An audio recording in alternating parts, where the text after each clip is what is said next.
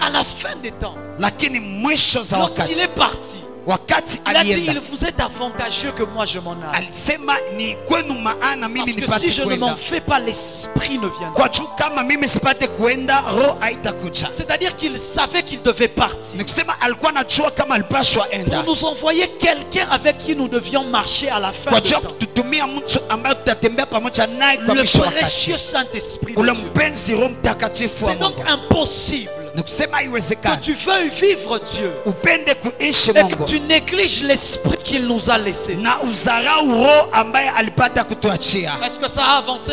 Je, inaendelea? Ça a avancé, c'est bon maintenant? On est en direct?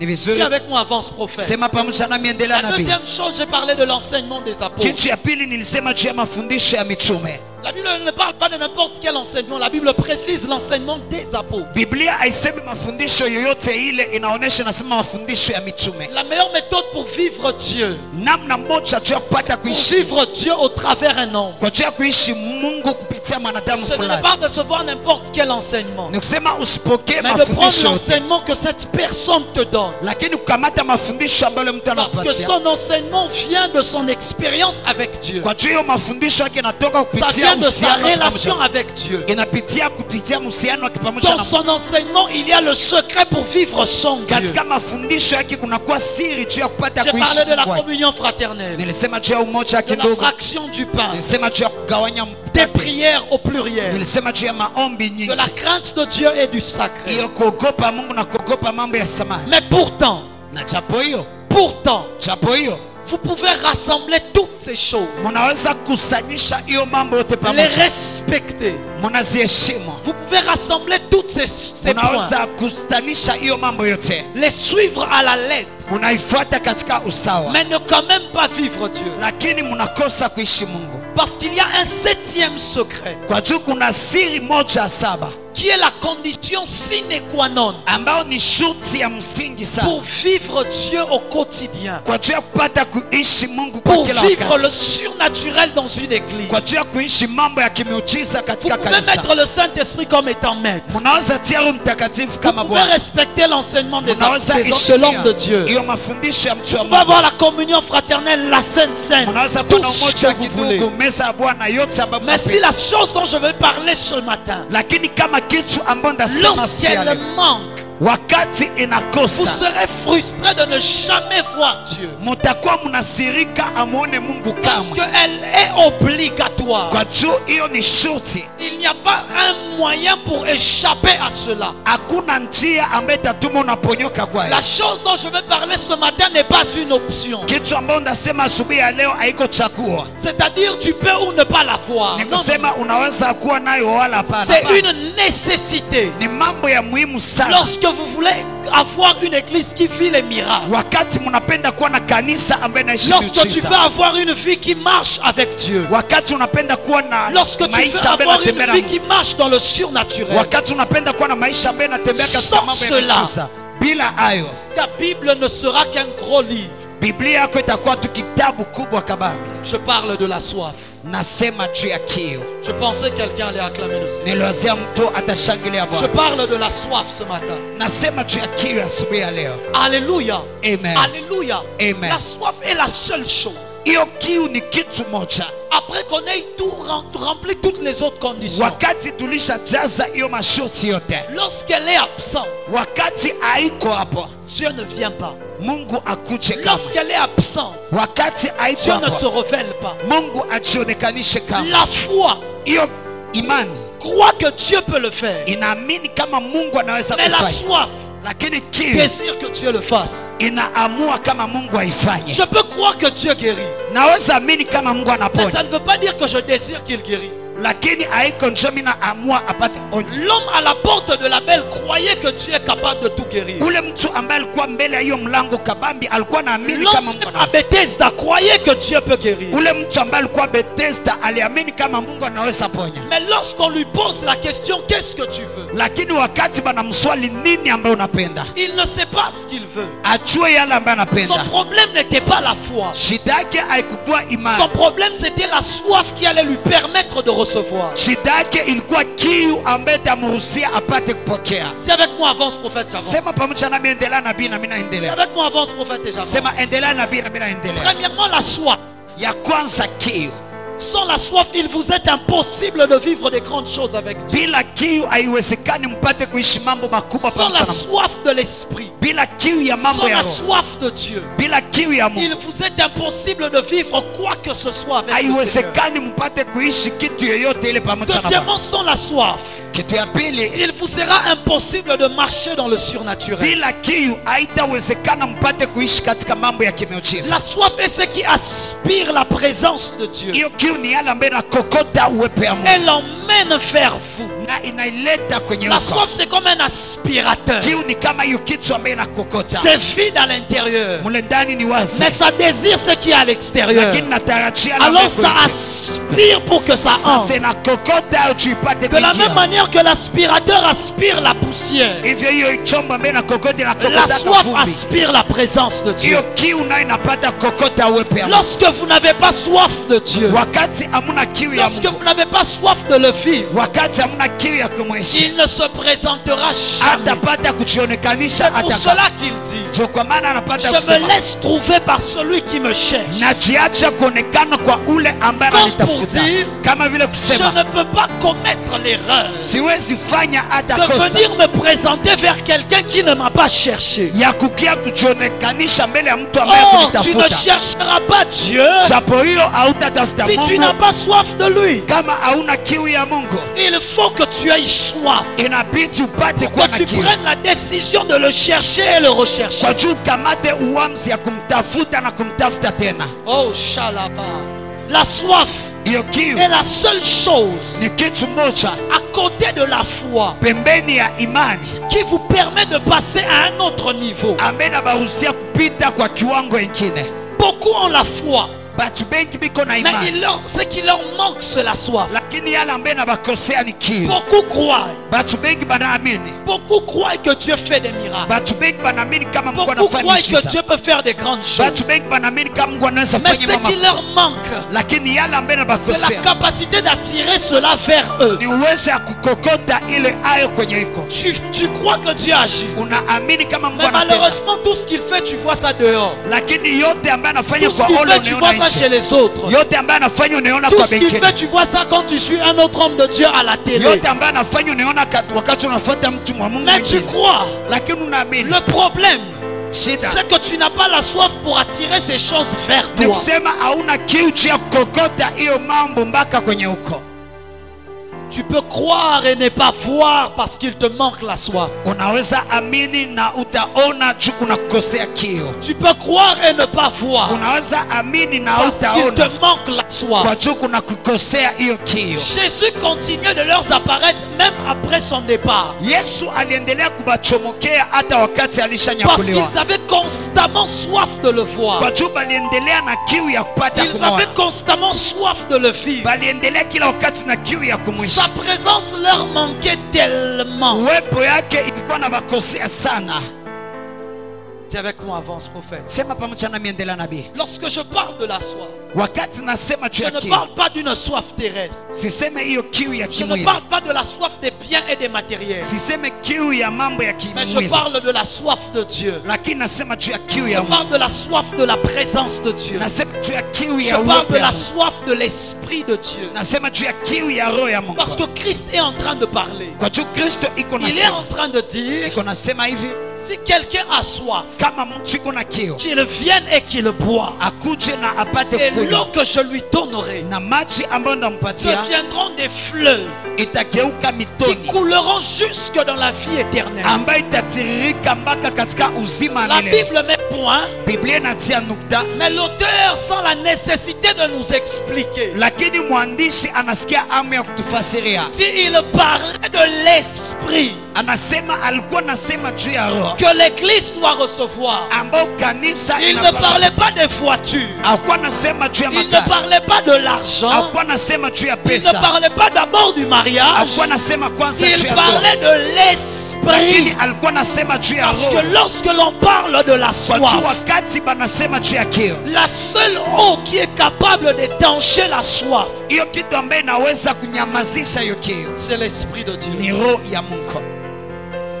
C'est avec moi, avance prophète. Sema pamoja nami, C'est endelea avec nabii. moi, avance prophète. Sema endelea nabii. Israël est dans le désert. Israeli ko katika jangwa. Depuis quelque temps, Moïse vient de les délivrer. Tangu wakati chache Musa anamaliza Le kuwafungua. texte que nous avons lu dans Exode 17, Shahidi ambao tulisoma katika alors Mwanzo qu'ils sont 17. sortis, Wakati ils walitoka arrivent quelque part. banafika nafasi fulani, Ils ont soif. banapata kusikia kiu, L'eau manque, ils sont dans le désert. maji inakosa, biko katika Ils n'ont jangwa, rien, ils n'ont rien. abana hata kitu. Une soif les prend. Hiyo kiu kubwa inawakamata, C'est normal et légitime. ni ya kawaida. Ils se mettent à crier vers Moïse, Banaanza lalamikia en Musa, train de lui dire pourquoi tu nous as emmenés ici. biko namwambia chwani ulipata kutuleta hapa, Même l'eau, on n'en a pas. hata maji hatuna ayo, Tu veux que l'on meure de soif. unapenda tufariki na hiyo kiu. Mais ce qui me frappe, Lakini yale ambaye c'est ananigusa, que Dieu, en emmenant Israël au désert, wakati Mungu alibeba Israeli katika il jangwa, savait qu'Israël aurait besoin d'eau. alikuwa anajua kama Israeli itakuwa na lazima ya Mais maji, il ne leur donne pas de l'eau quand ils entrent au désert. lakini awapatie maji wakati banaingia kwenye jangwa. Il attend jusqu'à ce que la soif sera tellement grande qu'ils vont crier. Anachunga mpaka saa kiu itakuwa juu sana. Parce que Dieu ne te donne pas de l'eau comme provision pour quand tu auras soif. Non. Mungu akupatie maji kama vile uweke juu ya wakati Dieu utakuwa ne na te kiu. donnera jamais l'esprit Mungu atakupatia kama comme roho, une provision pour le jour où tu auras soif. kama vile provision kwa siku ambayo utakuwa na kiu. Dieu décide de répandre son esprit. Mungu anaamua kumwanga roho Lorsque yake la soif est sur le point de te tuer, wakati hiyo kiu inatafuta kukumaliza. c'est lorsque Israël a crié maintenant. Ni wakati Israeli ilalamika sasa. Vous allez vous rendre compte que Dieu donne à Moïse une solution. C'est comme s'il en avait depuis longtemps. Mtagundua Mungu anapatia Musa solution kama vile ilikuwa tangu zamani. Papa, pourquoi tu n'as pas dit ça avant? Sasa baba, twani au kusema hayo Pour mbele qu'on ya n'arrive wakati. pas à ce niveau de soif. Kwa juu tusifikie katika kiwango ya kiu. Parce que l'exaucement ne vient Kwa juu hiyo majibu que zinakuja lorsque ta soif atteint un niveau où tu es obligé de crier. wakati kiu yako inafikia kiwango ambayo unashurutishwa Parfois Dieu kulala. ne t'exaucera pas. Wakati zimoja Mungu Tant que ta soif n'a atakushibia. pas atteint un niveau où tu commences à aller vers Moïse pour lui dire, donne-nous de l'eau. Wakati kiu yako yafikia kiwango unaanza kwa Musa kumwambia My God, nipatie dis avec maji. moi, avance. Sema pamoja nami Dis endelea. avec moi, avance, prophète. Sema pamoja nami endelea Dis avec nabii. moi, avance, prophète. Sema endelea nabii. Lorsqu'il demande de l'eau, Wakati banalomba maji, Dieu demande à Moïse de fendre le rocher. Mungu analomba Musa apate kupasua Et hiyo l'eau jiwe. sort. Na maji inatoka. Mais quelque chose me frappe. Lakini kitu moja ananigusa. C'est le même Dieu. Ni ule ule Mungu. C'est le même Moïse. Ni ule ule Musa. Mais on n'a pas vu le rocher se déchirer. Lakini atukone hiyo On n'a jiwe pas vu le kupasuka. rocher se fendre. Atukone hiyo jiwe inapasuka. Tant qu'on n'avait pas su soif. Wakati yote atuyapata kiu.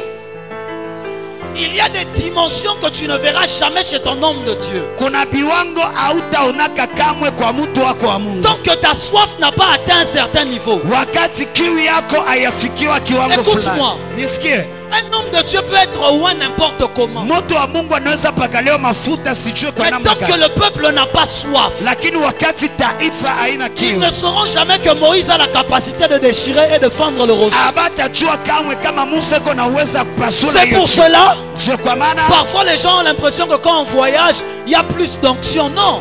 wakati mwa batu banakona na wakati tunasafiri kunakuwa upako ya mingi. C'est Hapana, parfois juste que là où on est allé, il y a plus de soif. ni sana sana pale ambako tulienda kuna kiu zaidi. Le peuple a tellement soif.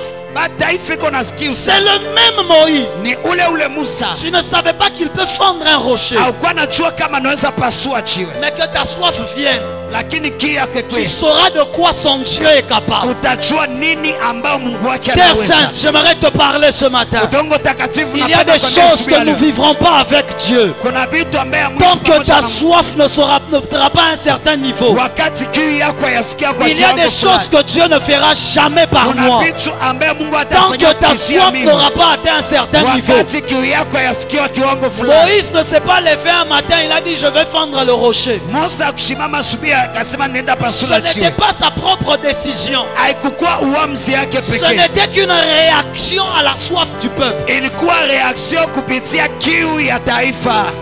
Come on. My God.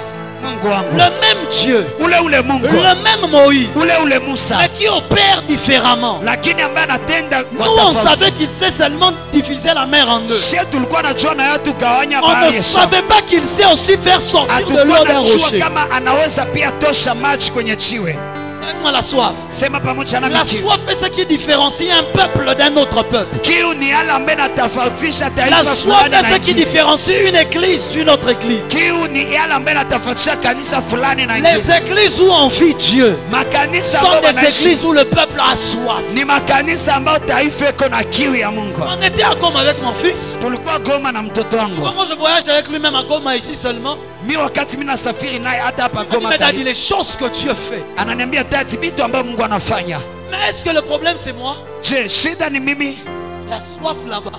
Ni kiu Les kule. gens ont soif. Batu biko na kiu J'étais kule. avec lui à Goma récemment. Nilikuwa naye hapa Goma nyuma. Les gens prenaient ma jambe. Batu balikuwa nanibana mgulu Il kuchini. saute, il prend ta jambe, il part avec. Anaruka na bana mgulu yako anaendana nayo kule. C'est ma jambe, papa. Ni mgulu yangu baba. Pourquoi? Unajua Il nini? a soif de vivre Dieu. Iko na kiu ya kupata kuishi Il a Mungu. soif de vivre Dieu. Iko na kiu ya kupata kuishi Mungu. Il est conscient que tu as Dieu. Iko na makini kama uko na Mungu. Mais il sait qu'il doit activer quelque chose pour que le Dieu qui est en toi sorte. Lakini anajua kama anapaswa chamusha kitu moja juu Mungu ambaye iko ndani mwako apate Dieu est kutoka. caché dans un homme de Dieu. Mungu anafuchikiwa katika mtu wa Dieu Mungu. est caché dans un homme de Dieu. Mungu anafuchikiwa katika Ce mtu wa n'est que Mungu. lorsque tu as soif Ni wakati uko na kiu que tu fais sortir le Dieu qui était à l'intérieur. unatosha ule Mungu ambaye alikuwa ndani.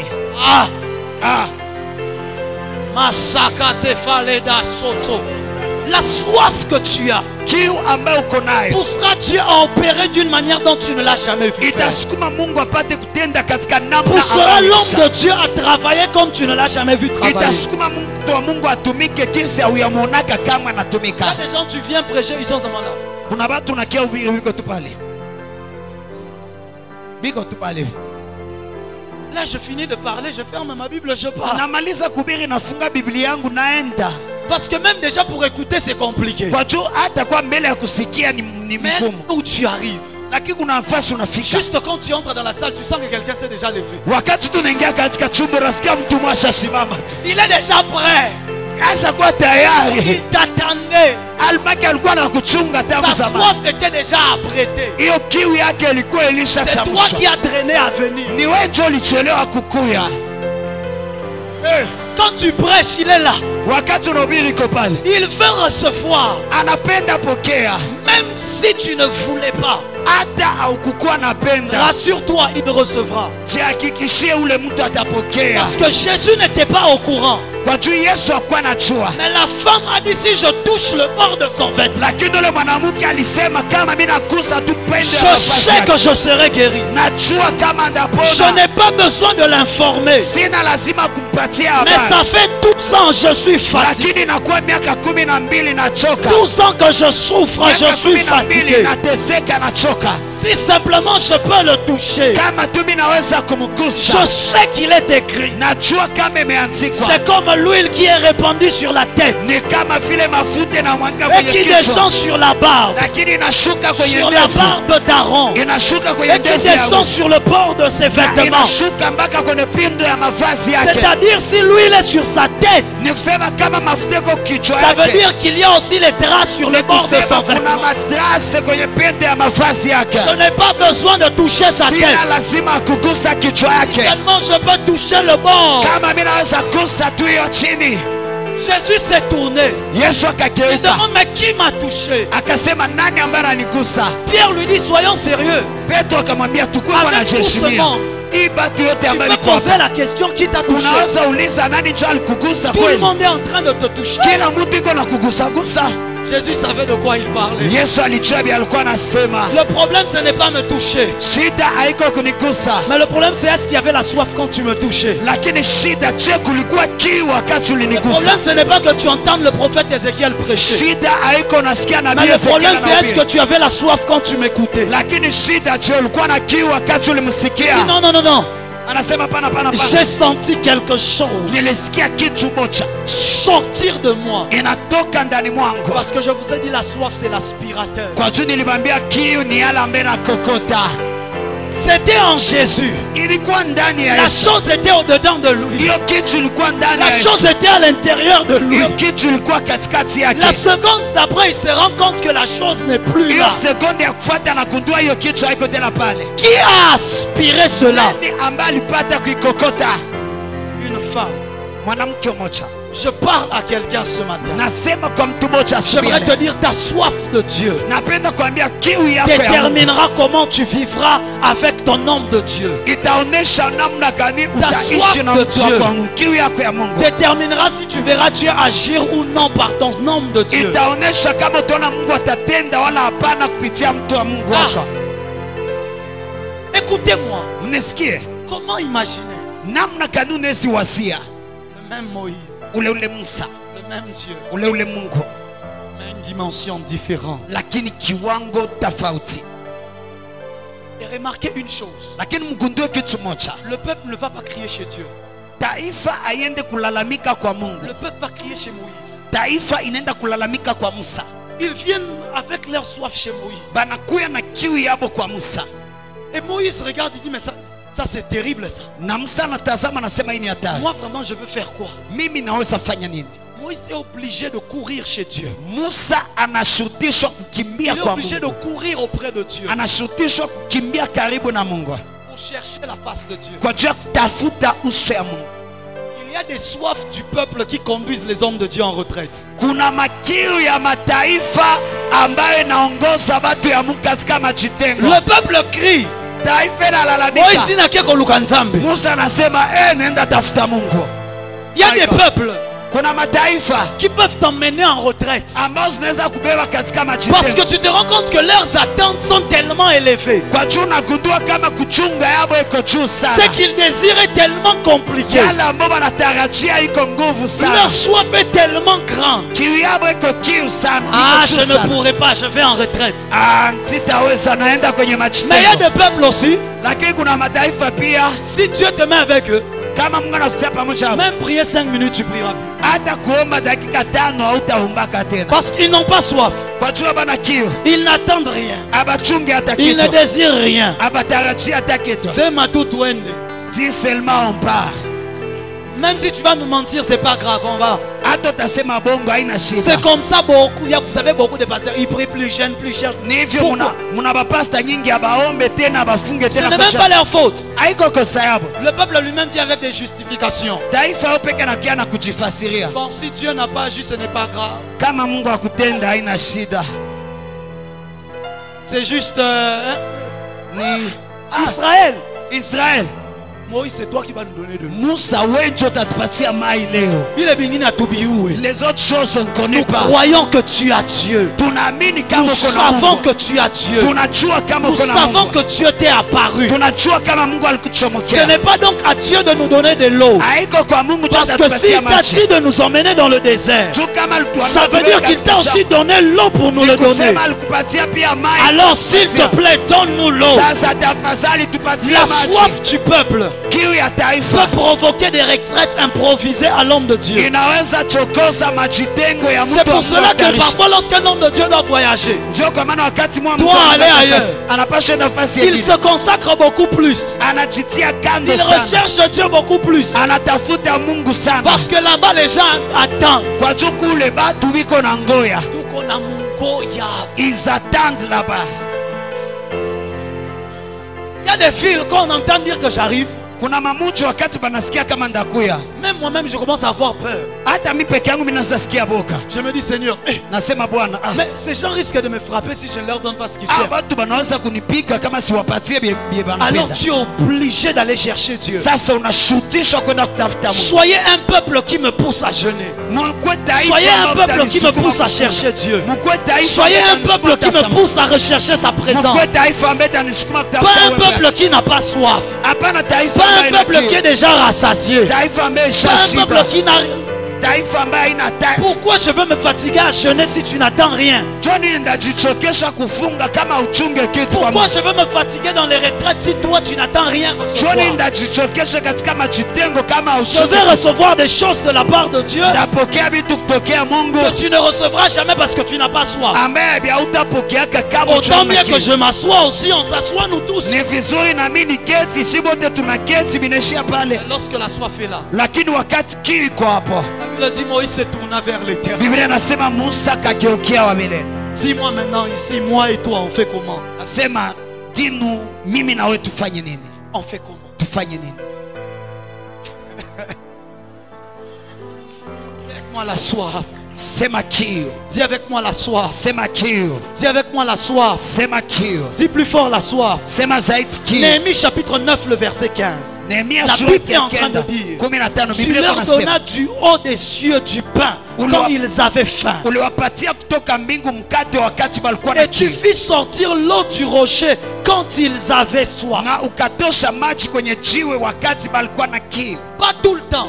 Kila wakati, Quand ils avaient soif. wakati walikuwa tuna kiu, hapana wakati yote, Pas tout le temps. hapana wakati Mais yote, seulement quand ils avaient soif. lakini wakati tu walikuwa na Tu kiu, faisais sortir l'eau du rocher. ulikuwa natosha maji kwenye Quand jiwe. ils avaient faim. Wakati walikuwa na Tu njaa, faisais tomber la main. ulikuwa nangusha hiyo maji. Dieu n'est pas un gaspillateur. Mungu haiko mtu ambaye Il ne anapoteza. donne pas de l'eau là où personne ne va boire. Apane maji kwenye batu Il ne donne abatakunywa. pas le pain là où personne ne va manger. Apane mkate kwenye batu Même la abatakunywa. manne qui tombait pourrissait le lendemain. Hata hiyo mkate ambaye ilikuwa naanguka ilikuwa naoza kesho Parce yake. que tu devais ramasser ce qui te suffira à manger. Ne prends pas plus que ça. Kwa juu ulipaswa kulogota yale ambaye itakutoshelea, usikamate zaidi yayo. Dis avec moi, avance prophète. Sema endelea nabii. Dis avec moi, avance prophète. Sema endelea nabii. Donne-nous le pain quotidien. Tupatie mkate ya kila siku. Veut dire aussi si on n'a pas faim aujourd'hui, ne donne pas le pain. Ni kusema pia kama hatuna njaa leo usitupatie mkate. Il ne dit pas donne-nous la provision de pain.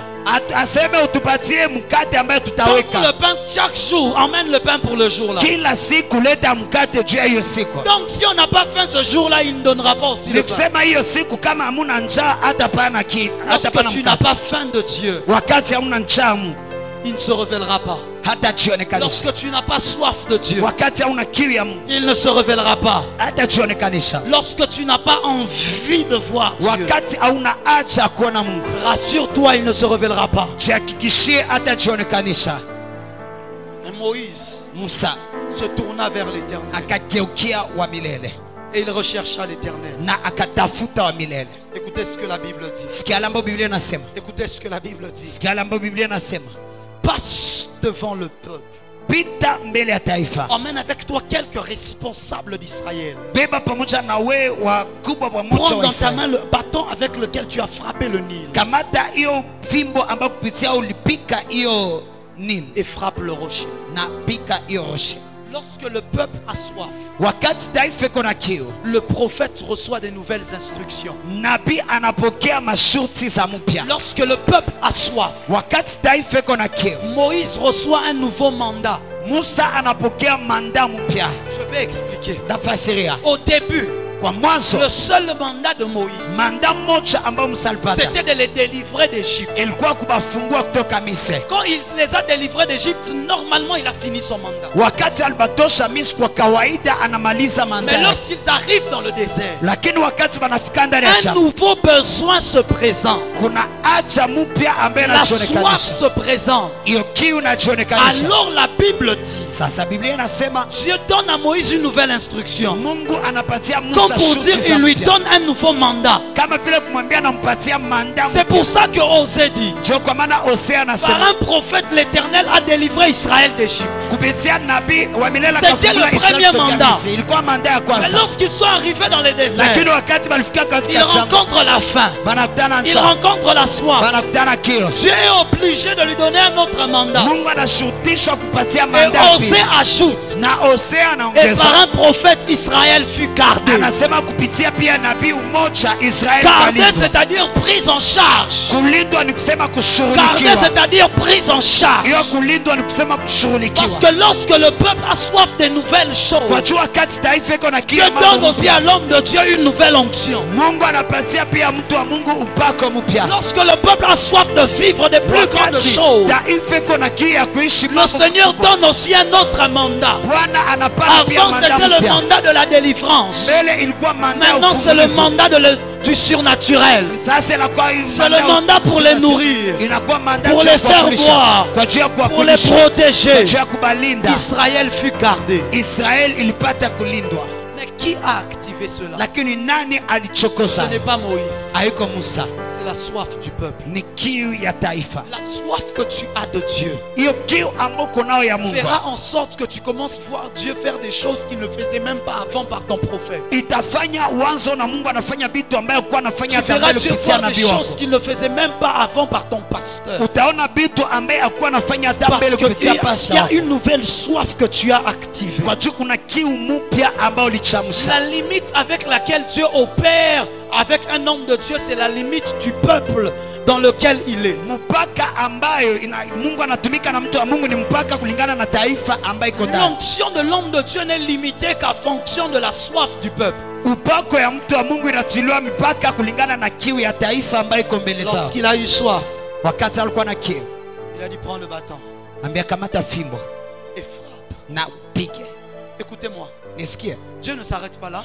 Mungu ashimamie pale, Il dit quant à moi, anasema mimi pia je vais me tenir là devant toi sur un rocher tashimama pale mbele yako kwenye jiwe du mont Horeb. ya Horeb. Tu frapperas le rocher et l'eau jaillira. Utapika hiyo Et le jiwe na peuple maji boira. itatoka na taifa itapata kunywa. C'était l'une des premières fois où Dieu est encore descendu. Ilikuwa moja ya mara kwanza tena Mungu ambaye anashuka tena. Il dit non, non, non, non. Toi fais ta part. Anasema we fanya sehemu yako, Mais à cause de leur soif, je vais venir faire aussi ma part. lakini juu ya kiu yabo mimi pia nakia fanya sehemu yangu. Je vais descendre et me tenir devant toi sur le mont Horeb. Tashuka na mimi nashimama mbele zako kwenye hiyo jiwe. Écoute-moi. Nisikie, Il y a des soifs qui font descendre Dieu. kuna makiu ambazo zinafanya Mungu apate kushuka. Dieu était obligé de descendre sans programme. Mungu alishurutishwa kushuka bila Dieu mpango. était obligé de descendre en urgence. Mungu alishurutishwa kushuka kwenye Parce que urgence. Israël avait faim et il avait Kwa soif. juu Israeli ilikuwa na kiu na ilikuwa La na njaa. seule chose qui fait descendre Dieu en urgence, Kitu moja ambaye natuma Mungu ashuke mbio c'est mbio la soif. ni kiu. La soif.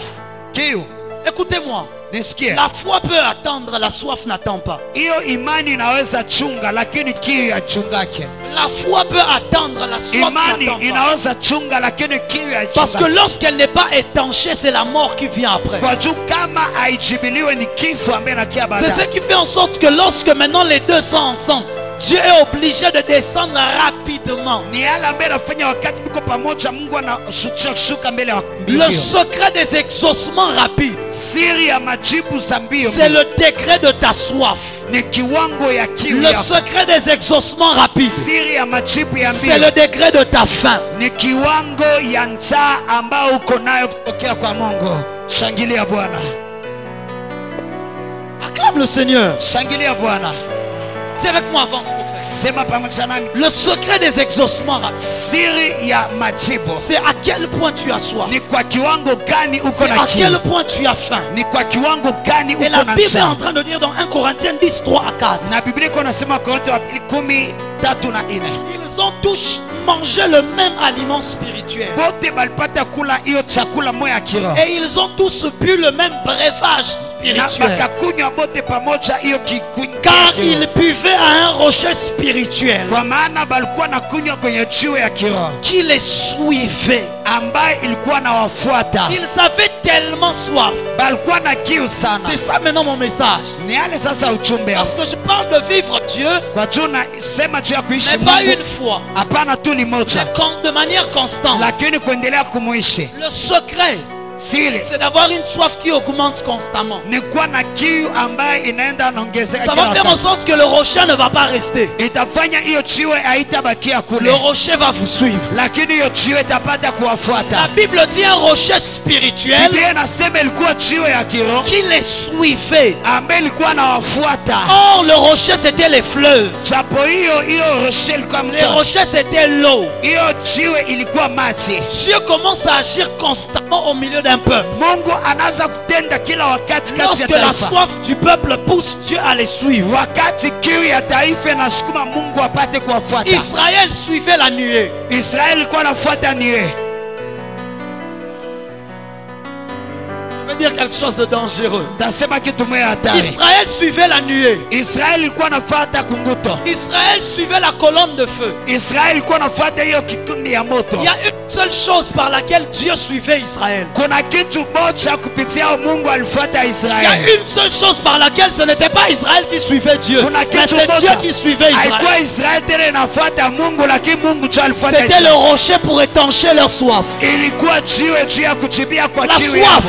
est la seule chose qui fait en sorte que tu ne suis pas Dieu, mais Dieu commence à te suivre. Ni kitu ambaye tafanya hautafuata Mungu, lakini Ah! Mungu anaanza kukufuata. La soif Kiu est la seule chose ni kitu moja qui fait en sorte que tu ne suis pas ambaye simplement Dieu, tafanya haufuati mais Mungu. partout où tu vas, Lakini nafasi yote Dieu te kunaenda, suit. Mungu Partout où anakufuata. tu pars, Nafasi Dieu yote te kunaenda, suit. Mungu Parce anakufuata. qu'il doit être le rocher Kwa Dieu pasha kwa hiyo qui jiwe. doit te donner de l'eau à boire. Ni jiwe ambaye Je tapasha kupatia maji ya prophétise, kunywa. Natabiri. je décrète Na amuru. et je déclare Na mimi à natangaza. partir de ce matin, Kuanzia asubuhi ya le leo, rocher te suivra, hiyo jiwe le itakufuata. Seigneur te suivra, Bwana la atakufuata. main de Dieu te suivra, Mkono ya Mungu la itakufuata. faveur de Dieu te suivra, Mali ya Mungu la itakufuata. provision te Hiyo suivra, provision la itakufuata. bénédiction te suivra, Baraka la itakufuata. vie de Dieu te Hiyo suivra. uzima wa Mungu Les itakufuata. 40 personnes qui sèment dans cela le Watu reçoivent. makumi nne ambao Les wanapanda ndani yao 40 personnes wanapokea. qui sèment dans ces Watu choses le vent. makumi nne ambao Oh mon wanapanda Dieu. katika hii mambo C'est la wanaipokea.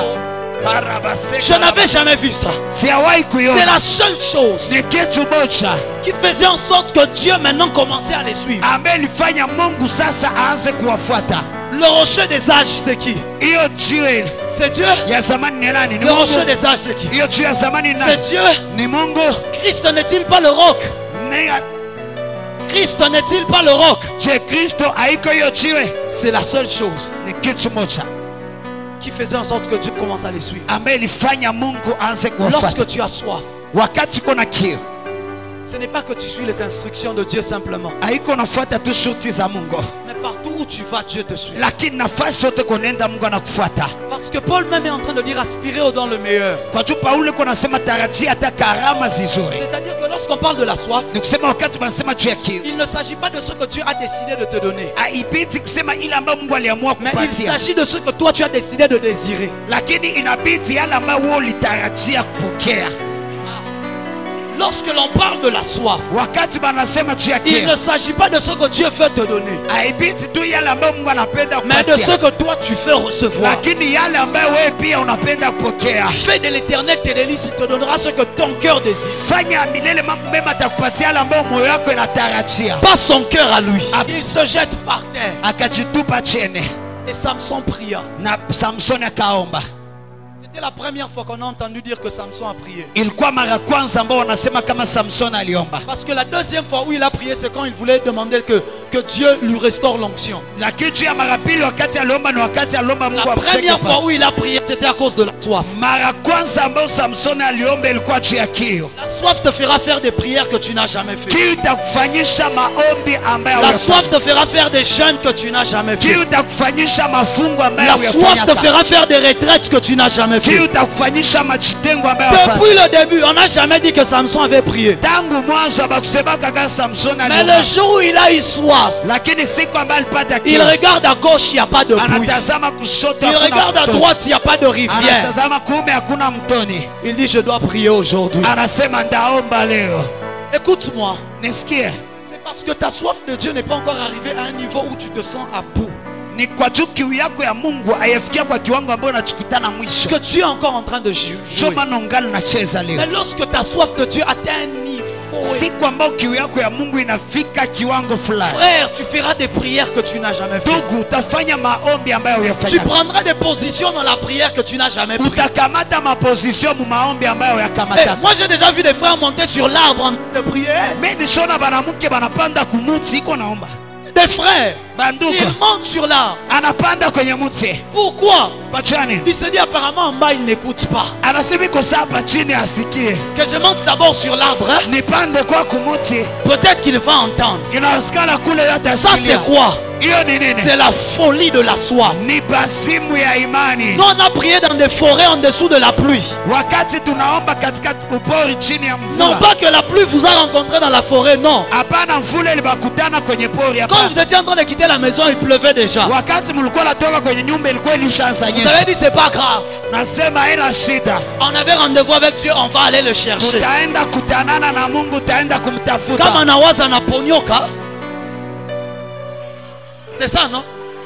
S'il pense qu'à cause de la pluie, il va nous échapper. Kama nawaza juu ya mvula atatuponyoka leo. Il va voir. Ataona Sous leo. la pluie, on était là. Kwenye mvula tulikuwa na Tu trembles, mais tu pries. Tu trembles, mais tu pries. Unatetemeka mais Frère, unaomba. lorsque ta soif de Dieu n'est pas encore arrivée au dernier niveau, Ndugu, wakati kiwango yako ya kiu ya Mungu hayafika juu, tu prieras en bon français. utaomba katika Kifaransa mzuri. Seigneur, tu vois, Bwana, unaona, je vous remercie. na kushukuru sana. Les gens qui vous voient Dieu là, c'est parce qu'ils n'ont pas la soif. Ule ambaye iko na nani vile vuvuvu hana imani. Toi, tu vous vois Dieu. Wewe uko na vuvuvu Mungu. Je vous bénis, Éternel. Nakubariki Je Bwana. vous remercie. Nakushukuru. Frère, il te manque la soif. Inakosea kiu. Lorsque la soif vient, Wakati kiu nakuya, tu vas dire mon moi chabile biako. Baba acha kwanza bile. Hey, makosaka. Vous ne savez pas de quoi je parle. Amchue nini ambayo niko Vous nasema? ne savez pas de quoi je parle. Amchue nini ambayo niko nasema? Il y a des niveaux où tu as tellement soif. Kuna biwango ambayo uko na Tu kiu. pries, tu pleures. Unaomba Tu unalia. jeûnes, tu es fatigué. Unafunga À un unachoka. moment, tu te jettes par terre, tu dis Dieu, toi d'ailleurs, soyons sérieux. Wakati unajitupa chini unasema Mungu tukue kwa Parce que makini. ta soif est arrivée à un niveau Kwa juu kiu yako inafikia kwa qui kiwango est fulani insupportable. ambaye hauwezi tena. La Bible me dit, Biblia dans inaniambia la version Semeur, katika kitabu Semer au verset 18, kwa mstari wa de 18 Juge 15, ya mwasi 15, comme il avait horriblement soif. jinsi alikuwa na kiu ya hatari sana. Écoute, tant que ta soif n'est pas horrible, Dieu ne va pas t'exaucer. Wakati kiu yako yakuwa ya hatari, Mungu atakujibu. Si la soif de Samson Kama kiu ya Samson pouvait le permettre encore de se lever, de marcher jusqu'à arriver en ville pour boire l'eau, Dieu n'allait pas exaucer. ingemruhusia kushimama tena kuenda kwenye mji juu ya kunywa maji, Mungu angepasha kumjibu. Tant que ta soif Wakati kiu yako peut attendre jusqu'à demain, inaweza chunga mpaka kesho, Dieu ne t'exauce pas aujourd'hui. Mungu hatakujibu leo. Tant que ta soif Wakati kiu yako peut encore patienter, inaweza chunga kwanza tena, frère, Dieu ne t'exaucera pas. ndugu, Mungu Mais quand hatakujibu. tu atteins un niveau de soif, Lakini wakati unafikia kiwango ya tu imani, sens que si il ne répond pas maintenant, unasikia kama ajibu sasa, c'est fini. inakwisha. Tu vas prier tel que tu n'as jamais prié. Utaomba kisi hauyaombaka. Haïti n'a pas allé en retraite. Haiti na Bala alienda kwenye Il machitengo, venait de prier pour un fou. alimaliza ombea mwenda bazimu. Un fou est entré à l'église Mwenda bazimu akiingia kwenye pendant qu'il kanisa, prêchait. wakati alikuwa na Il ubiri, lui dit sors au nom de Jésus. anamwambia toka kwa jina la Il Yesu. chasse l'esprit de folie. Anafukuza roho ya bazimu. L'esprit de folie n'obéit pas. Roho ya bazimu Haiti Il le résiste et il part. Il joue dans l'église. inambishia, inacheza ndani ya Il kanisa. jette la Bible et il est parti. Akatupa Biblia, akatoka, Il est akaenda, allé dans une grotte. akaenda kwenye jiwe, Il a dit à Dieu, donne-moi la puissance ou bien tu me tues aujourd'hui. akaambia Mungu, nipatie mamlaka wala unaniua Il leo. a dit à Dieu, Seigneur, tu as deux choix. Akaambia Bwana, uko na Soit njia tu me mbili, donnes la puissance, wala unanipatia mamlaka, soit moi et toi on va mourir ici. wala mimi na wewe tunafariki hapa. Soit tu me donnes la puissance, Wala unanipatia mamlaka, soit c'est toi-même qui vas m'enterrer. wala ni wewe peke yako ambaye utanizika 2 hapa. semaines après, Jésus lui apparaît. Juma mbili baadaye Mungu Et il est devenu anamchomokea le Haïti Nabala qu'on connaît. na akageuka Haitini ya Bala ambaye Pourquoi? mnajua. Kwa jua Parce nini? qu'un jour sa soif a atteint un niveau qui ne permettait plus d'accepter n'importe Kwa quoi. jua siku moja imani Parce yake qu'un jour ikafika sa kiwango soif a atteint un niveau kiwango kiu yake kikafikia kiwango proche de la mort. karibu ya mauti, Tant que ta soif n'a pas atteint un niveau proche de la mort. wakati kiu yako yafikia kiwango ya karibu ya kukufa. Écoutez-moi, Nisikie, les élèves savent de quoi je parle. banafunzi Il y a banajua des jours où vinasema. tu as soif, Kuna siku ambako na tu rentres de l'école, unapoteza masomo mais tu peux attendre d'arriver à la maison. na unaweza chunga kufika nyumbani, Tu te dis, ah, je ne vais pas demander l'eau. unasema sitalomba mai, Je vais arriver seulement à la maison, je veux boire. ndafika tu nyumbani mimi Mais il y a nakunywa. d'autres jours où la soif est déjà là. Lakini kuna siku nyingine kiu iko mpaka Tu ne hapa, regardes même pas c'est la maison de qui, hautazama hata ni c'est la nyumba ya parcelle nani, de qui. ni kiwanja ya Est-ce nani, qu'ils sont des sorciers ou des je magiciens? ni wachawi bafumu Tout wala ce que nini. tu veux, c'est l'eau. Yote ambayo uko nao lazima ni Frère, il y a des maji. niveaux où Tuko kuna viwango tu ambayo t'en fous de quel est le protocole. hauhangaikie ni nini Tu t'en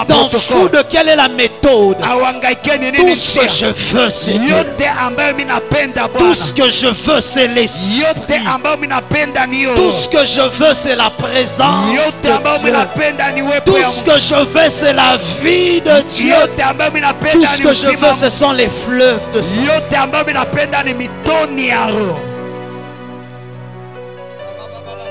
Il y a de ces jours où tu pries, Kuna masiku ambayo unaomba, tu finis toutes les larmes de ton corps, il n'y a plus rien. dedans. unamaliza machozi yote ya mwili yako, hakuna tena Il n'y a kitu plus ndani, rien dedans. hakuna tena kitu Tu te ndani. jettes par terre, tu te tournes. Unajimwanga chini, unazunguruka, Tu ne sais pas, tu vas t'asseoir, tu vas t'agenouiller, tu vas te lever. haujue Tu kama vas... utaketi, Qu'est-ce utapiga que tu magoti, vas usimame, faire? haujue yale ambayo utafanya. Tout ce que tu veux, c'est la Yote ambayo présence. unapenda ni uwepo ya Tout Mungu. ce que tu veux, c'est Dieu. Yote ambayo unapenda ni yeye. Je me rappelle un jour comme ça. Nakumbuka siku moja hivi, C'était avant un culte. ilikuwa mbele ya ibada moja, Je crois que je ne sais pas si on se réunissait encore le soir, je ne sais plus. sijue kama tulikuwa tungana kutana siku ya Mungu magharibi. Siku J'avais moja tellement faim. nilikuwa na njaa sana, J'avais tellement soif de sa présence. nilikuwa na kiu sana ya uwepo yake, J'avais tellement besoin de lui. nilikuwa na lazima yake sana. J'ai pleuré, je fais tout ce que j'allais faire. Nililia, nilifanya yote ambayo Jusqu'à ce qu'à un ningefanya, moment, je ne sais pas si j'étais tombé, évanoui, je ne sais pas. mpaka wakati mwa sijue kama niliangukaka, nilizimia wala nini, Mais il y avait comme l'obscurité devant. lakini kulikuwa kama vile giza mbele yangu, Et j'ai vu au loin une lumière apparaître. na nikaona kwa mbali mwangaza inachomoka, Et il y avait un visage en feu au fond. na kulikuwa uso inawaka moto Et kule j'ai nyuma. entendu la voix me parler tel que je te parle. Na nilisikia sauti inanizungumza jinsi Ce n'était pas dans ma tête, ce n'était pas dans mon cœur, c'était dans haikuwa mes ndani ya oreilles, kichwa tel yangu, que je ndani ya moyo t'entends. yangu, ilikuwa ndani ya masikio yangu jinsi Il m'a dit, unanisikia. finis ce que tu as à faire. Akaniambia, maliza yale ambayo uko na kufanya, Et ensuite tu viendras vers moi. na kisha utakuya kwenye niko. Parce que parfois la soif de Dieu, ce n'est pas la soif pour qu'il me donne l'onction pour que je vienne te prêcher, non. Kwa jua wakati mwa kiu ya Mungu haiko kiu jua nipatie upako nikie kuhubiri, hapana. C'est la soif d'être avec lui. Ni kiu ya kukua pamoja C'est la naye, soif de rester avec lui. ni kiu ya kubakia pamoja naye. Ce jour-là, j'avais déjà oublié le culte, j'avais oublié tout. Je voulais juste sa Hiyo siku présence. nilikuwa nishasahabu ibada, nilisahabu yote, nilitaka tu uwepo Je yake, voulais juste être avec lui. nilitarajia tu kukua pamoja naye. Ce jour-là, j'ai compris ce que Paul dit. Hiyo siku nikaelewa ile ambayo Paulo anasema, Il me presse d'aller le rencontrer. inanikokota sana niende Mais si je kumkutana, suis retenu, c'est à cause de vous. lakini kama mimi nabakia hapa ni kwa ajili yenu. Parce que ce jour-là, il m'a dit, finis d'abord ce que tu as à faire. Kwa hiyo siku aliniambia, maliza kwa yote ambayo Et utafanya, ensuite, tu viendras vers moi. na kisha utakuya kwa Frère, ma faim, ce n'est pas de bien prêcher. ndugu. Acha Ma yangu haiko soif, ce n'est kuhubiri pas de vizuri. faire des grandes choses. Kiu yangu haiko Ma kufanya soif, mambo c'est de makubwa. vivre avec lui. Kiu yangu ni kuishi Ma soif, pamoja c'est de naye. marcher avec lui. Kiu yangu ni kutembea Ma pamoja soif, c'est de naye. rester avec lui. Kiu yangu ni kubakia Ma soif, pamoja c'est de naye. m'asseoir avec Kiu lui. yangu ni kuketi Ma pamoja soif, c'est naye. de rester sur son épaule. Kiu yangu ni kubakia De kwenye me mabega coucher yake, sur sa poitrine. kulala kwenye kifua yake, D'entendre sa voix me dire je t'aime. kusikia sauti yake ananiambia De le nakupenda, sentir me prendre dans ses bras. kumsikia ananikamata kwenye mikono De le yake, sentir me rassurer, me parler. kumsikia ananihakikishia, De le ananizungumza, sentir me dire que j'ai fait le bon choix. kumsikia ananiambia nilifanya chaguo. C'est ça ma soif. Ni yale Ma kiu soif, yangu. c'est d'être tellement rempli de Kiu sa yangu ni présence kujazwa sana na uwepo que je yake, n'ai pas besoin de parler, ambao sina hata lazima mais que kusema, juste ma présence porte sa présence. lakini tu uwepo yangu ipate kubeba uwepo yake. Il y a une telle faim et une telle soif kuna hiyo haja kubwa qui sana fait en sorte que tu atteindras un niveau où tu prêches et tu disparais même devant les gens. ambao kuna lazima tupotee mbele ya watu. Tu peux prêcher et tu disparais même devant les Unaweza gens. hata ubiri na unapotea mbele ya Parce watu. que ta véritable faim et soif, ce n'est pas de leur Kwa prêcher. hiyo njaa yako na kiu yako haiko Ta ya véritable kuhubiri. faim et soif, c'est de voir. Njaa yako na kiu yako ya kweli ni kuona Bwana. À 3 fois, mes yeux l'ont vu. Mara tatu yote macho yangu Mais pourtant, yalimuona. j'ai l'impression que je ne l'ai jamais vu. Na japo yeye niko kama vile J'ai siamona kama. constamment envie de le Niko na voir. haja kila wakati J'ai kumwona. envie de marcher avec lui comme a marché Enoch. Niko na lazima kutembea naye jinsi Enoki J'ai envie de alitembea. parler avec lui face à face comme un homme parle Niko na à son lazima ami. kusema naye uso na uso kama vile J'ai mwanaume envie de anasema. dire à Moïse, moi aussi j'ai parlé face à face. Niko na lazima kuambia Musa na mimi nilisema uso Ma kwa uso. soif, Kiu yangu c'est de dire à Pierre, toi tu as marché avec le Jésus physique. ni kusema Petro ulitembea na Yesu katika Moi kimwili. j'ai marché avec le Jésus glorieux. Mimi nilitembea na Yesu wa utukufu. C'est pour ça que Paul a dit, Toka maana Paulo ils alisema sont apôtres parce qu'ils ont vu le Seigneur. biko mitume tu baliona Bwana Moi aussi je l'ai vu. na mimi pia nilimuona. Parce que la soif c'est de le voir. Kwa juu kiu ni kupata Notre kumuona. soif c'est de le vivre. Kiu yetu ni kupata kumwishi. Dieu ne fait plus rien dans l'église. Mungu afanye tena kitu ndani ya Parce que les makanisa. chrétiens n'ont plus soif de lui. Kwa juu Kristo habana tena Ils kiu viennent à yake. l'église pour le pasteur. Banakia katika Ils kanisa viennent juu à ya l'église pasta. pour faire plaisir aux prophètes. Banakia kanisa juu ya Ils ne viennent kufurahisha pas à nabii. l'église pour voir Dieu. Abakuya kanisa juu ya kuona Ils Mungu. viennent à l'église pour qu'on ne les appelle pas pour demander pourquoi tu n'es pas venu. Banakia mkanisa juu basibaite Mais kubauliza non pas jani na parce qu'ils veulent mkukula. voir Dieu. Lakini hapana juu On banapenda vient à l'église parce qu'on veut que Dieu nous bénisse. tunakia mkanisa juu On tunapenda vient à Mungu l'église atubariki. parce qu'on veut que Dieu nous donne le mariage. Tunakia mkanisa juu tunapenda Bwana atupatie Combien de ndoa. gens pleurent pour le mariage que Dieu leur a donné parce que ça ne marche pas. Batu bangapi banalia juu ya ndoa ya Mungu alibapatia juu ya Mais il biendeke. y a une chose pour laquelle quand tu la reçois, tu ne pleureras pas. Lakini kuna kitu moja wakati unaipokea utalia kama C'est sa sainte présence. ni hiyo utakatifu uwepo yake. Frère, une fois que tu as vu Jésus, Ndugu, wakati moja unaona Yesu, une fois que tu as rencontré sa présence, wakati moja unakutana uwepo tu yake, finiras par perdre le goût du monde. utapoteza haja Parce que sa ulimwengu. présence devient la plus importante. Kwa juu haja yake inakuwa ya Sa maana. présence devient la plus chérissable. Haja yake inakuwa yale ambayo unapenda sana. Il y a des moments où je viens dans sa présence, je ne sais même pas par où commencer. Kuna wakati moja nakia katika uwepo yake, sijua hata nianzie wapi. Je lui dis, mais que je dise encore quoi? Tu sais déjà. Namwambia nikwambie tena nini? Unajua Tu vyote, sais tout, tu sais tout. unajua tayari vyote J'ai tayari. soif de toi. Niko na kiu yako, J'ai besoin.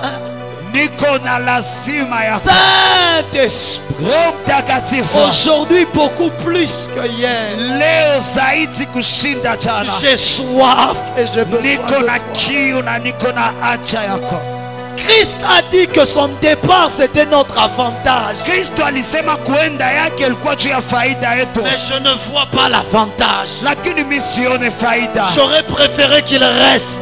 Ningelipenda hata abakie, Parce que toi-même tu es trop éloigné, kwa Saint-Esprit. juu wewe peke uko mbali sana. Roho Lorsqu'on Mtakatifu. t'invoque, tu ne viens pas. Wakati tunakualika ukuye tena, Lorsqu'on crie, tu ne te révèles wakati pas. tunalalamika ujionekanishe. Pourtant, Christ a dit que tu étais notre avantage. Japo hiyo Kristo alisema ulikuwa faida Je yetu. veux te dire franchement, je ne vois pas l'avantage. Napenda kuambia kwa ukweli, Il fallait sione même que Jésus faida. reste seulement. Ilibidi hata Yesu Mais abakie, je sais qu'il n'est pas un lakini menteur. najua kama iko msema Il n'est Mungu, pas un homme pour haiko mentir. mwanadamu juu ya Il n'est kusema pas Mungu. un fils de l'homme pour se Haiko repentir. mwana wa mwanadamu juu apate S'il kuomba l'a toba. dit, donc c'est Kama vrai. alisema ni kusema ni Alors kweli. montre-nous l'avantage que tu es. Sasa tuoneshe faida, Montre-nous l'avantage que tu tuoneshe es. faida ambayo uko. La Bible me dit que lorsque Samson cria, Biblia inasema wakati Samsoni alalamika, il dit à Dieu vraiment, anaambia Bwana kweli, après avoir fait cette victoire, kisha mimi namaliza fanya hii ushindi tu vas me yote, laisser mourir juste de soif. utaniacha nifariki tu na kiu. Quand tu as entendu mourir, wakati Mungu alisikia tu kufariki. Il n'a pas dit non, non, non, avance, tu vas trouver une source, non. Akusema sogea utapata Dès chemchemu que Dieu mbele. a entendu le verbe mourir, Wakati Mungu alisikia tu msemo wa la kufariki, Bible dit l'Éternel fendit le rocher qui est alléché. Biblia inasema Bwana akapasua jiwe ambaye ilikuwa leshi. Parce que ce n'est que lorsque ta soif atteint un niveau Kwa juu ni wakati désespéré kiu yako inafika katika kiwango ya juu sana, que le surnaturel se produit. jo hapo mambo ya kimiujiza yanatimilika. Lorsque ta soif n'est pas encore grande, Wakati kiu yako Dieu hayakoma te sana, donnera des solutions naturelles. Mungu atakupatia masuluhisho ya Lorsque kawaida. ton problème n'est pas encore très grave, Wakati shida yako yakuwa ya Dieu hatari te sana, donnera des solutions naturelles. Mungu atakupatia Mais masuluhisho ya lorsque kawaida. ta soif atteint un niveau critique, Lakini wakati kiu yako inafika katika kiwango le ya juu sana, surnaturel est obligé d'entrer dans le hiyo naturel. mambo ya kimiujiza inashurutishwa kuingia katika mambo ya Moïse kawaida. n'avait pas la grande onction. Samson n'avait pas la grande onction de Moïse. Samsoni hakuwa na upako ya kubwa Il kama n'était Musa. pas un homme de miracle comme Moïse. Hakuwa mtu wa miujiza kama Mais Musa. pourtant, à cause de sa soif, Japo hiyo kwa ajili ya kiu yake le tu, même miracle de Moïse s'est fait avec hiyo Samson. hiyo muujiza wa Musa ikafanyika na Samson. Parce que le dénominateur commun, Kwa ajili hiyo denominateur ya umoja ce n'est pas l'onction. haiko Le upako. dénominateur commun, Denominateur commun c'est la soif. ni kiu.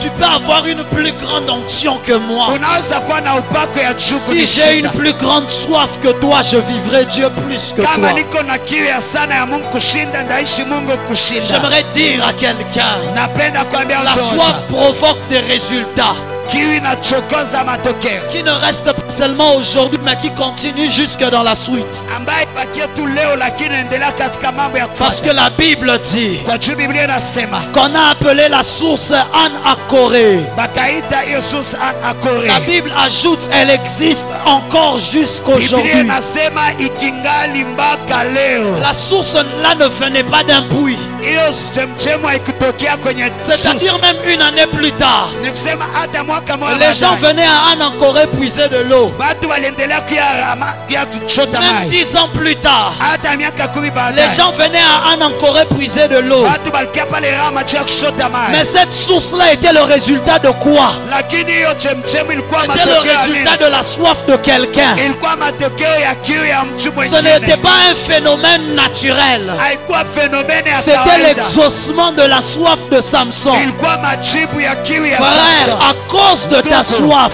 kwa ajili ya kiu yako, les générations après toi continuera de puiser dans ton onction. vizazi kisha wewe itaendelea kushota katika À upako. cause de la soif qu'on a eu un certain jour. Kujua kiu ambayo ulipata siku fulani. Jusqu'aujourd'hui, les gens continuent de puiser dans cette onction. Mpaka leo watu wanaendelea kushota katika À hiyo cause de la soif que tu peux avoir il y a je ne sais pas combien de temps. kwa ajili ya kiu ambayo unaweza kuwa nayo sijui kwa Les mpaka enfants fulani. de tes enfants profiteront dans cela. Watoto ya watoto yako wataifaidikia. Ils sauront peut-être que papa ne m'a pas laissé beaucoup d'argent, Watajua inawezekana baba kuniachia pesa nyingi, mais il m'a laissé la source. lakini aliniachia chemchemu.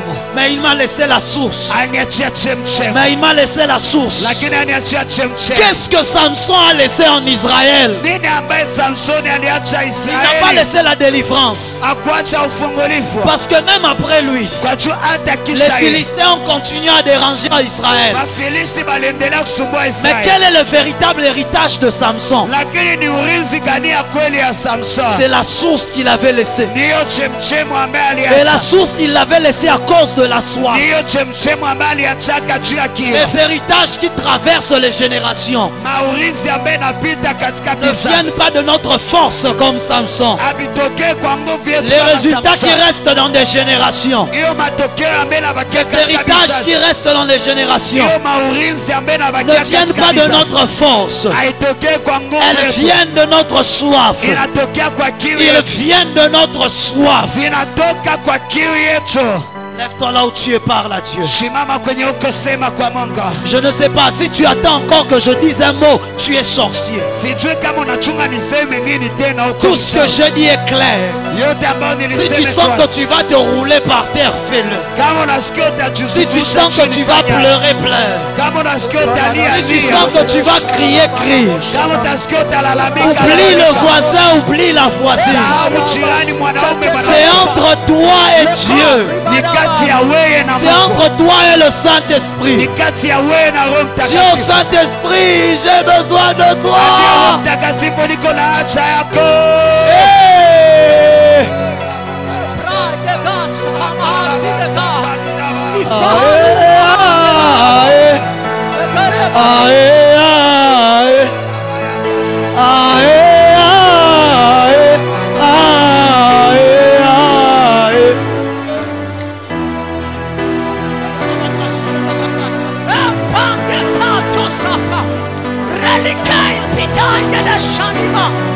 Élève la voix par là, Dieu.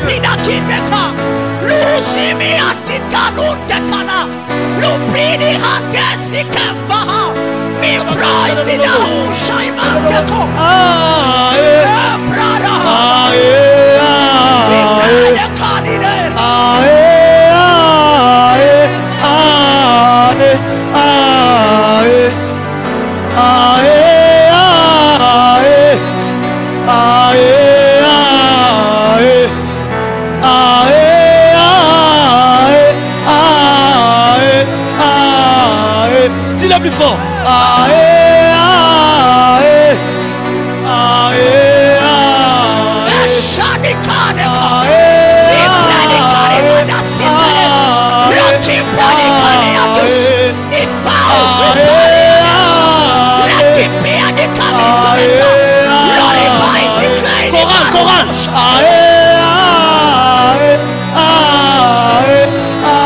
Parle à Dieu, parle à Dieu, parle à Dieu. Où est la chorale? Elle est distraite, pourquoi? Chorale, venez devant.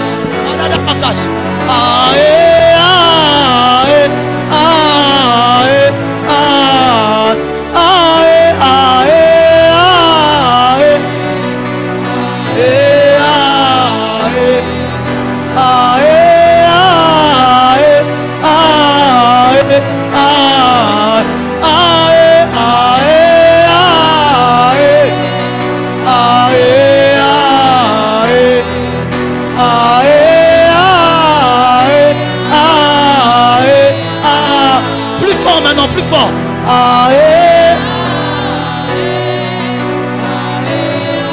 Parle à Dieu avec ta soif. C'est seulement cette soif-là qu'il veut écouter. C'est seulement cette soif-là qu'il veut écouter.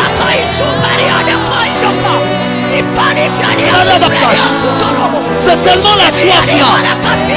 Au-delà de la prière, ce que Dieu écoute réellement, c'est la soif.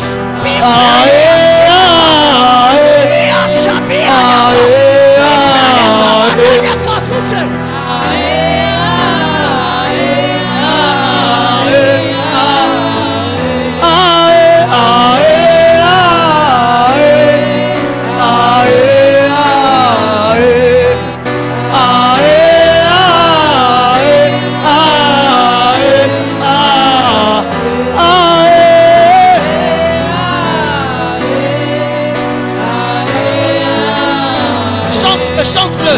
Ne t'occupe pas du voisin, ne t'occupe pas de la voisine, ne t'occupe pas du trouble, mais chante spirituellement.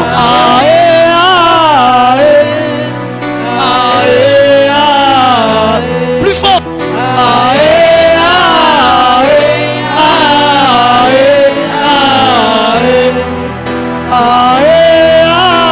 Que la batterie arrête, que la batterie arrête. Chante plus fort, chante plus fort.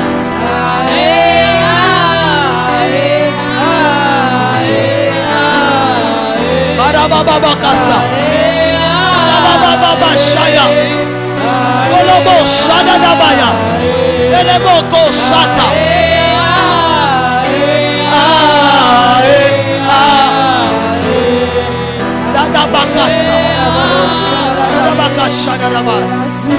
Je ne t'entends pas parler à Dieu. Il y a des soifs qui trouvent des exaucements ce soir. Il y a des soifs qui trouvent des exaucements ce matin. Je ne sais pas à quel point tu as soif de Dieu. Je ne sais pas à quel point tu as besoin de Dieu. Mais si tu veux qu'il se montre, si tu veux qu'il se révèle, c'est à toi d'avoir soif. C'est à toi d'avoir soif.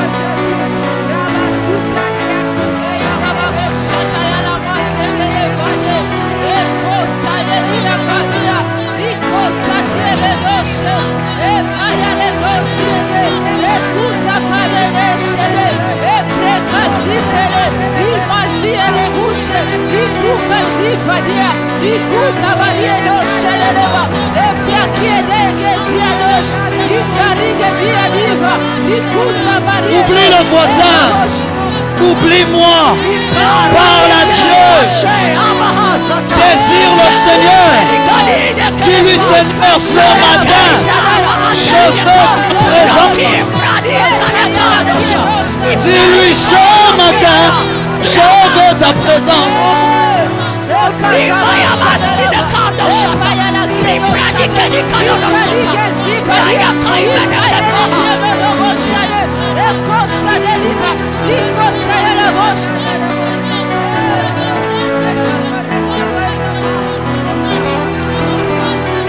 La présence de Dieu est dans la salle. Le Saint-Esprit est en train de remplir. Le Saint-Esprit est en train d'inonder des vies. Il y a des vies qui sont en train d'être inondées ce matin. Il y a des vies qui sont en train d'être remplies ce matin. Il y a des vies qui sont en train d'être remplies. Il y a des gens qui vont être remplis de Dieu.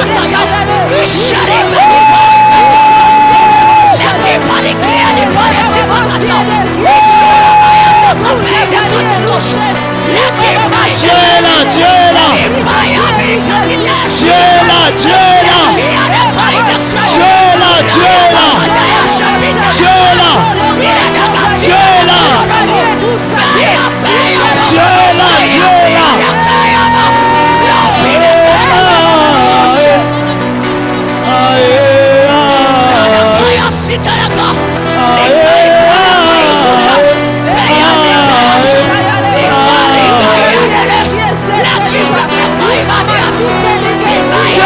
Dieu est là. Oublie tout le reste, oublie le voisin, oublie le travail que tu fais. Concentre-toi sur Dieu. Concentre-toi sur la présence de Dieu. Refuse de sortir en étant vide. Dis à Dieu, Père, remplis-moi aussi.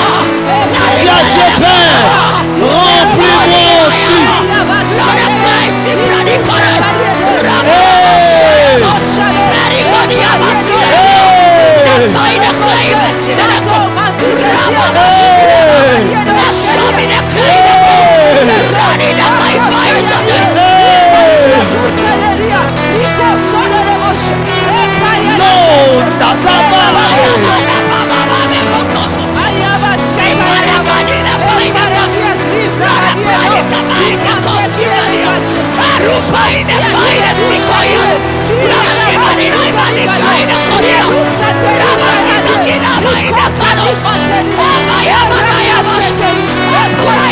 Que ta soif atteigne un niveau où Dieu ne peut plus résister. Que ta soif atteigne un niveau où Dieu ne peut plus refuser. Que ta soif atteigne un niveau où Dieu ne peut plus dire non. Que ta soif atteigne un niveau où Dieu ne peut plus dire non. La seule réponse valable devient oui.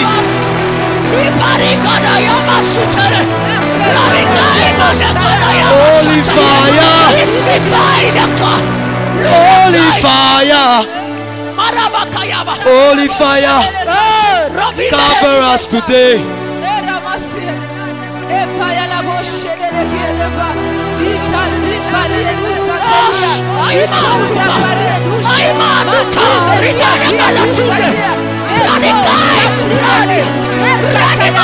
Holy fire, holy fire,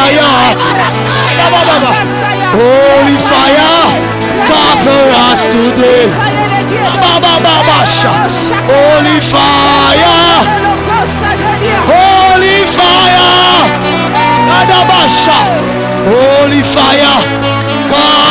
us today. Babakasayaba. Holy fire. Hey. Holy fire. Hey, holy fire. Fall in this place. Hey. Holy fire. Hey. Holy fire. Holy fire. Fall in this place. Holy fire. Holy fire. Holy fire. God of my Father.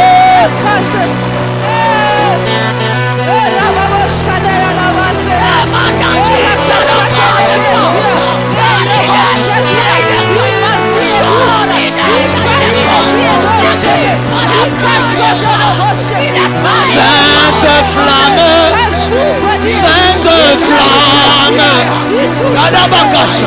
sainte flamme, tombe sur nous aujourd'hui. Sainte flamme, sainte flamme, sainte flamme, embrase-nous Seigneur. Sainte flamme, sainte flamme, hey, sainte flamme, embrase-nous Seigneur. Sainte flamme, sainte flamme, sainte flamme, embrase-nous Seigneur. Sainte flamme, sainte flamme,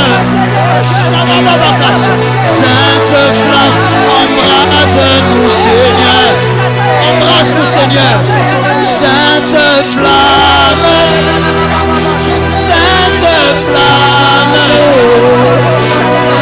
sainte flamme, embrase-nous Seigneur. Dis-le avec moi, sainte flamme. Sainte flamme, sainte flamme,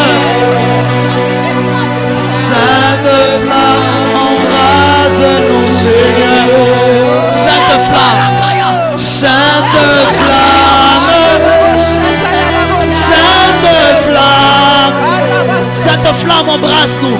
Sainte flamme, embrase-nous Seigneur. Lève tes deux mains là où tu es.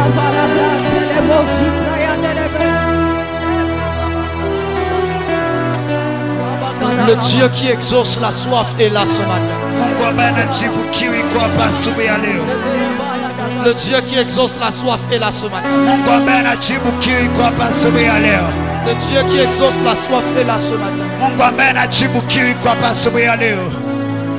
Lève juste tes deux mains.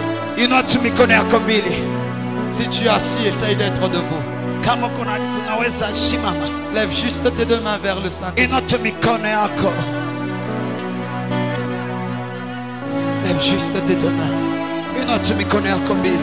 Il y a une présence de Dieu qui va entrer ici dans la salle. Il y a une gloire de Dieu qui va entrer ici dans la salle. Il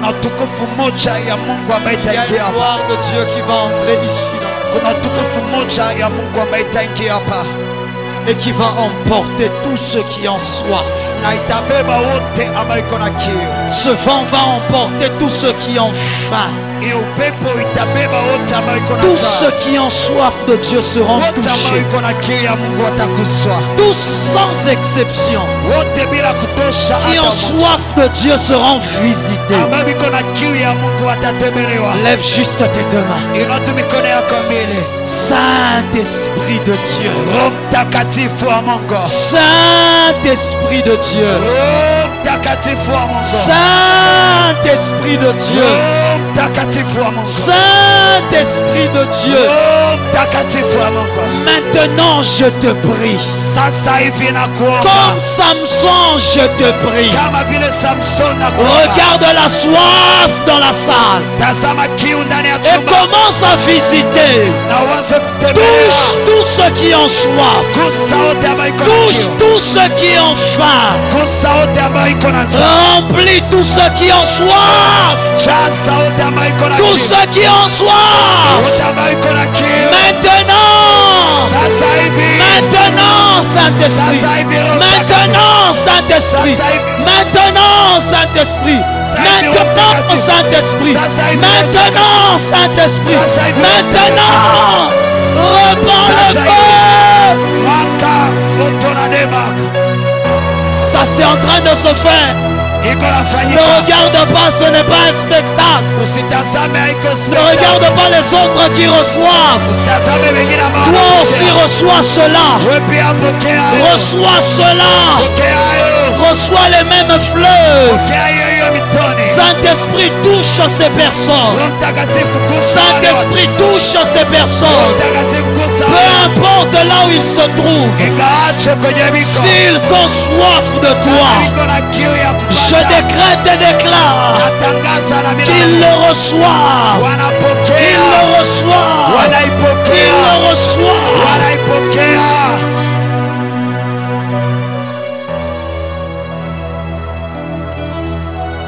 Dieu est dans la salle. Dieu est dans la salle. La présence de Dieu est dans la salle. Il y a plusieurs qui vont commencer à recevoir maintenant. Il y a plusieurs qui vont commencer à recevoir maintenant. À cause de ta soif. D'autres seront comme s'ils sont en train de s'agiter. D'autres seront comme s'ils tombaient là où ils étaient. Mais il y a un courant électrique qui tombe dans la salle. Il y a une puissance de Dieu qui tombe dans la salle. Elle ne tombe que sur les assoiffés. Elle ne vient que sur les assoiffés. Elle ne vient que sur les assoiffés. Elle ne vient que sur les assoiffés. Elle ne vient que sur les assoiffés. Elle ne vient que sur les assoiffés. Reçois ces choses, reçois ces choses. Reçois-le, reçois-le, reçois-le, reçois-le. Fire of the Holy Ghost. Reçois-le, reçois-le, reçois-le. Reçois-le. Reçois les fleuves d'eau de vie. Reçois les fleuves d'eau de vie. Reçois les fleuves d'eau de vie. Reçois les fleuves d'eau de vie. Reçois les fleuves d'eau de vie.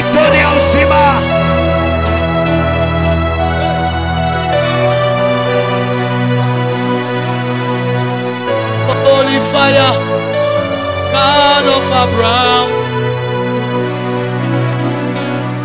Holy fire, holy fire. Adada bagasaya.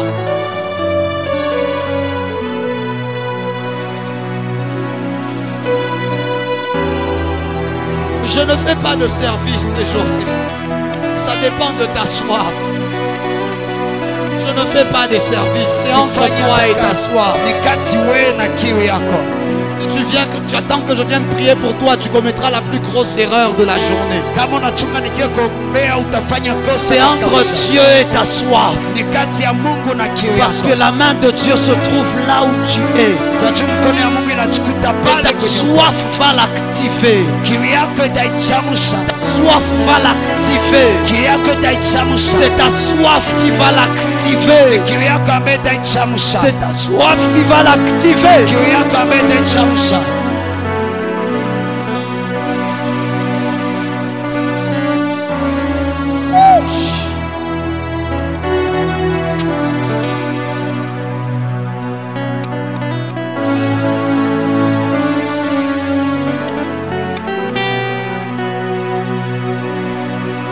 Holy fire, holy fire, holy fire, God of Abraham. Aye, aye, aye, aye, aye, aye.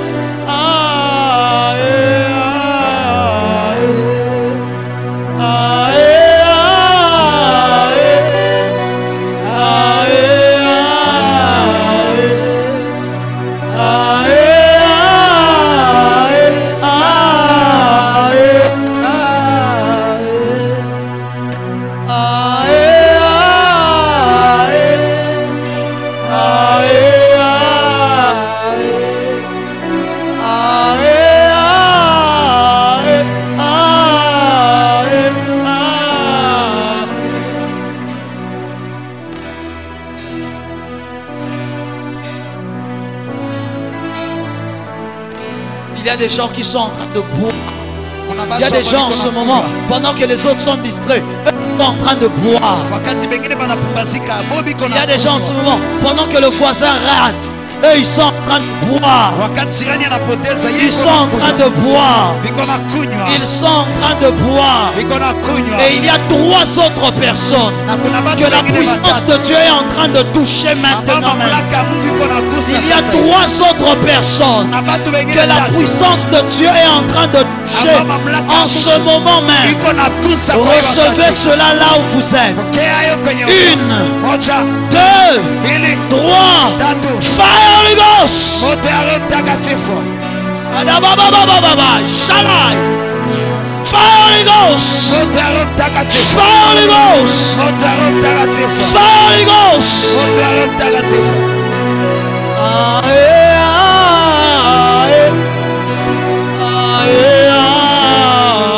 C'est une mélodie des anges.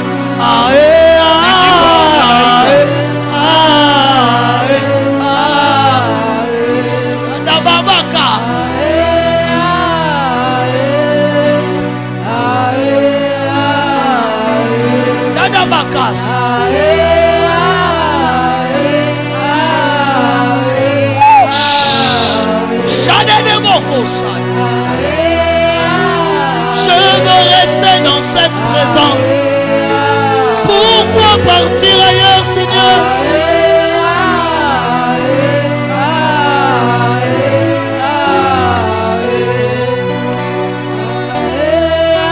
Lève les deux mains, lève les deux mains, lève les deux mains. Lève tes deux mains. Dis avec moi, Saint-Esprit. Dis plus fort avec moi, Saint-Esprit. Ne me rate pas. Ne me rate pas. Ne me rate pas. Ne me rate pas. Ne passe pas. Reste chez moi. Reste chez moi. Reste ici. Reste chez moi. Visite-moi aussi. Visite-moi aussi. Visite-moi aussi. Visite-moi aussi. Rencontre-moi aussi.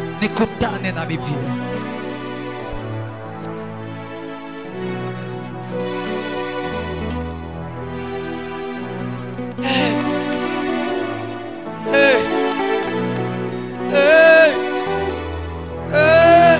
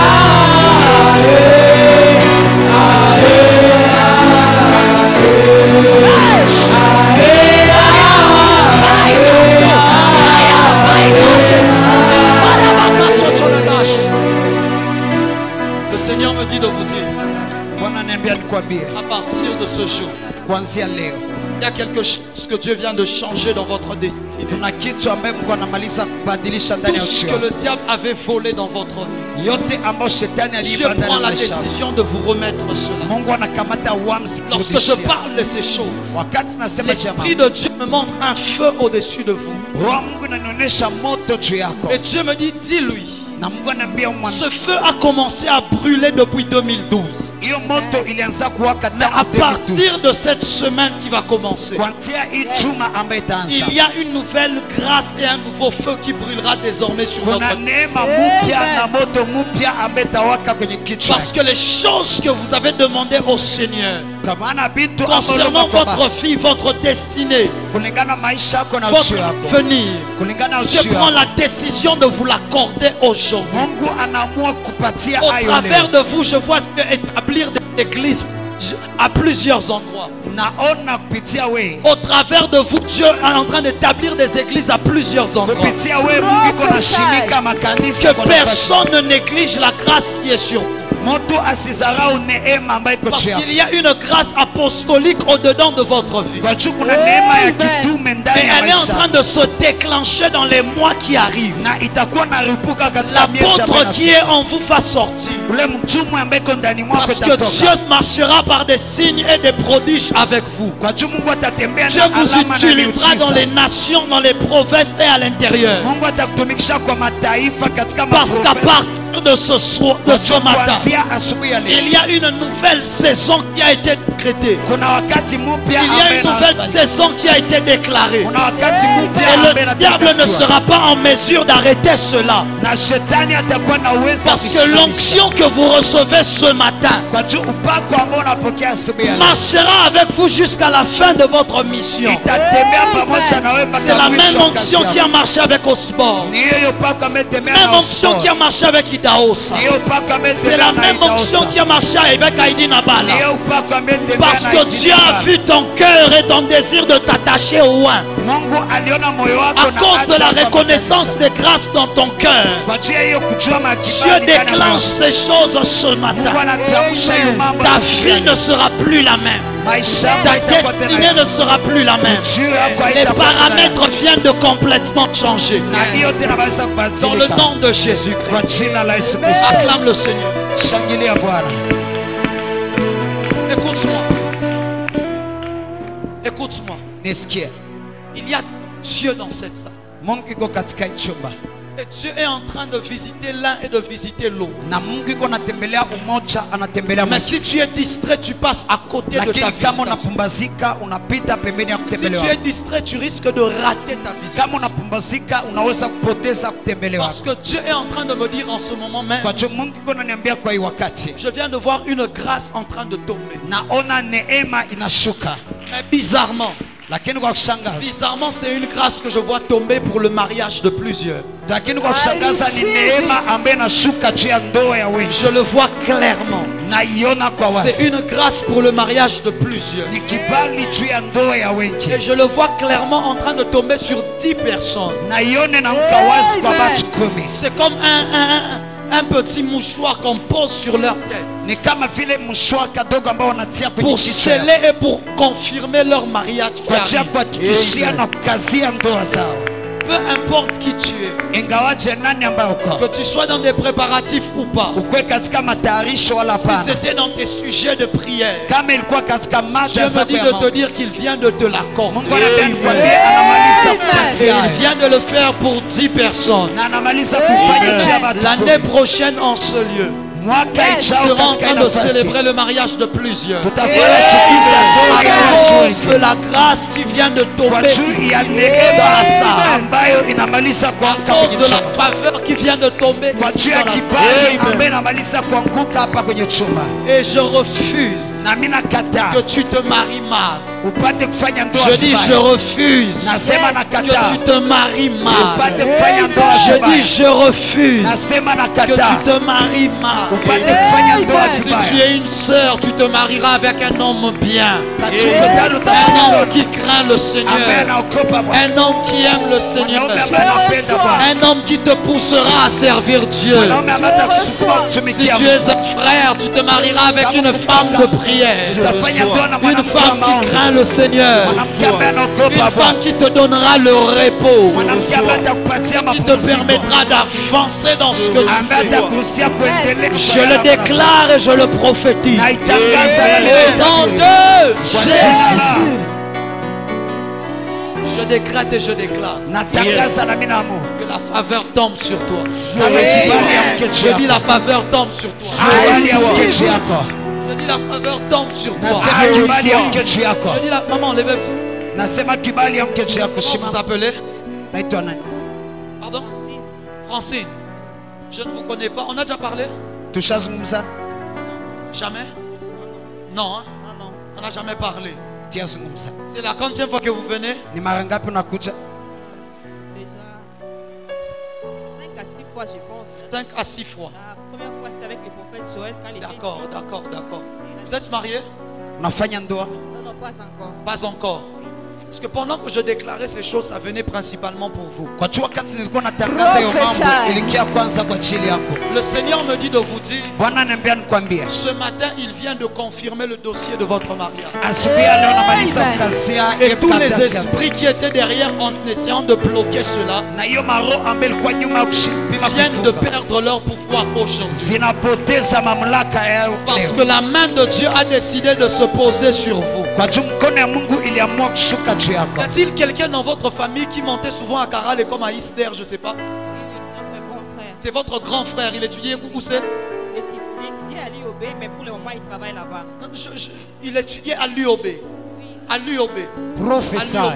Est-ce qu'il y a quelqu'un d'autre à l'Isder qui a été à l'Isder ou quoi que ce soit? Notre grand frère. Un autre grand Lequel? Claude. Claude. Il a été à l'Isder.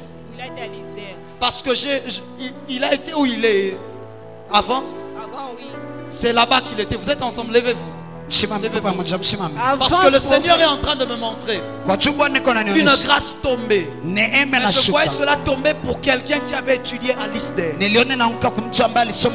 Dites-lui, Dieu vient de décider de le fortifier dans le travail. La bénédiction financière va marcher avec lui. À la Machadava. Pendant que je parle, l'Esprit de Dieu est en train de lui donner un très bon travail. Parce que Dieu a vu sa souffrance. Il s'est trop battu dans beaucoup de choses. Même le travail manuel, il a essayé, tout il a fait.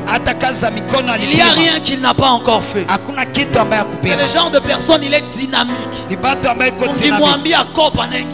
Si tu lui tiens corps, mais parfois ça ne marche pas, ça ne va pas. C'est qui le deuxième de la famille? Il s'appelle comment celui-là? Il s'appelle Franck. Il s'appelle Franck. Oui, oui, Franck. Lui, il est étudié où? Lui, il est ici aussi, il travaille à l'IOB. Il est ici. Il travaille où? À l'IOB. Il travaille à l'UOB. Oui. Donc toute votre bénédiction est à Caral. Yes. Je décrète et je déclare qu'à cause de votre présence ici, Dieu prend la décision de faire du bien à toute la famille. Donc toi tu t'appelles Francine, l'autre là s'appelle Franck, l'autre là s'appelle Claude.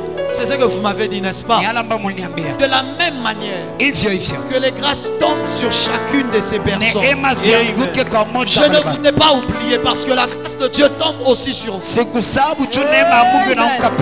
vois la lettre N devant mes yeux. Je vois la lettre N devant mes yeux. Et le Seigneur me dit, il a décidé de vous visiter. Qui a un nom qui commence avec N? Hein? Presque nous tous. Toi c'est quoi? Toi c'est qui? Virginie. Nabintou.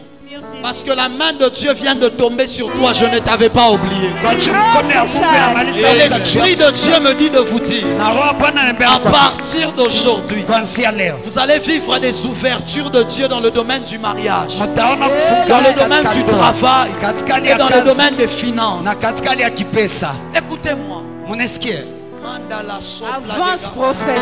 Je prophétise. natabiri Je décrète. na amour Et je déclare na mimi que natangaza le Dieu que je sers te localise. Mungu ambaye natumikia Que akutana le Dieu qui connaît ton adresse. Mungu ambaye anajua adresse Que yako le Dieu qui connaît ton nom Mungu ambaye anajua jina te lako fasse du bien là où tu es. akufanyie mema Il me donne kwenye le plus grand amen. Amen. Comment vous appelez? kubwa. Simama Oui. Pardon? unaitwa nani? Faraj. Vous êtes venus ensemble? Non? Mulikuya Vous pamoja êtes ensemble? kwa pamoja. Vous avez quelle relation? C'est votre mari, votre ami, votre frère? Pardon? Ah, c'est votre fiancé. Ah. Messieurs les fiancés, levez-vous alors, on va valider le mariage là aussi une bonne fois. Simama tuba Avance, tuhakikishe papa. ndoa mara moja. Vous voulez vous marier quand? Unapenda fanya ndoa wakati gani? Non, les hommes ne savent pas ça, toi dis. Hein? En juin de l'année prochaine.